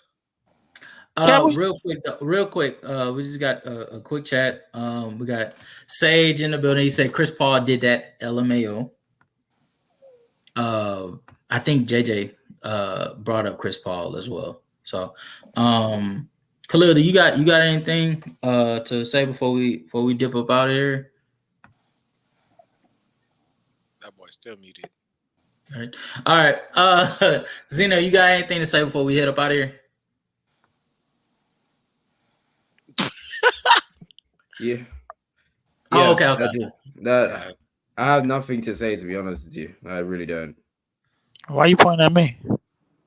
Because you don't know. Oh, I don't know. How is it that somebody could average 22 and 11 or 50, 49 and could never get out of the conference? Hey, Khalil, your just- friend Leaf is comparing Halliburton he's to comparing Steve Halliburton. Nash. I just compared the numbers. Halliburton That's to all. Steve Nash. I just Yeah. compared the numbers. By the way, I didn't compare the play. And then he started making He was essentially didn't say the making play fun. style. We'll give him that. He didn't say the play I style. didn't say the play Yeah. styles. I said the numbers is basically Steve Nash. That's all I said. Still. That's fair. Still what? I mean, Like what? Their points and assists are near each other. Okay. Okay. But Leaf, you know what we were talking about prior to that, so I just don't know why you brought up Steve Nash if you said their points, if you're just measuring their points when we're literally talking about play style. I mean, that's the closest thing I could think of, bro. Like when you said 23 and 11 and 50, 40, 90, bro. Like I couldn't really think of nobody else that was continuously at least trying to do that season by season. Because Steve Nash, obviously, we know Steve Nash has the most 50, 40, 90s seasons and one of the highest assist turnover ratios in league history. I mean, as a strictly stat comparison, outside of strictly stat comparison. Yeah, that's what I was. Would that not be the one? Who else would it be?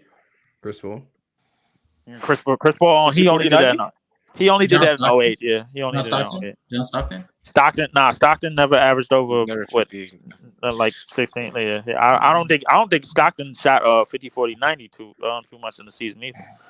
You could look that up, but I mean, I don't think he ever did it. Let me check and make sure. I thought he did. Even if he did, he probably did it maybe Either one way, time. we were just talking about play styles. We were talking about how I was just talking about the numbers, bro. Like, but I mean, I'm trying to figure out like everybody. It seems like most of the people that I talk to, like in the discourse, like they love efficiency so much, but efficiency 50, 40, 90, 23, 11, bro. Nah, like, he's never. I said respect to 50, him. 90. The thing is, I said respect to him. I just say he's not better than Trey. That's it. Yeah. You was pushing the whole. He's not better than Trey. He's done 50. He's done 50, 40. We gave you the percentages one, and then we gave you the defense too, and then we gave you the because you told me percentages, and then you're talking about defenses. Like, bro, what are we doing? What are we doing? We said mid. We said mid to bad, but that's what we said.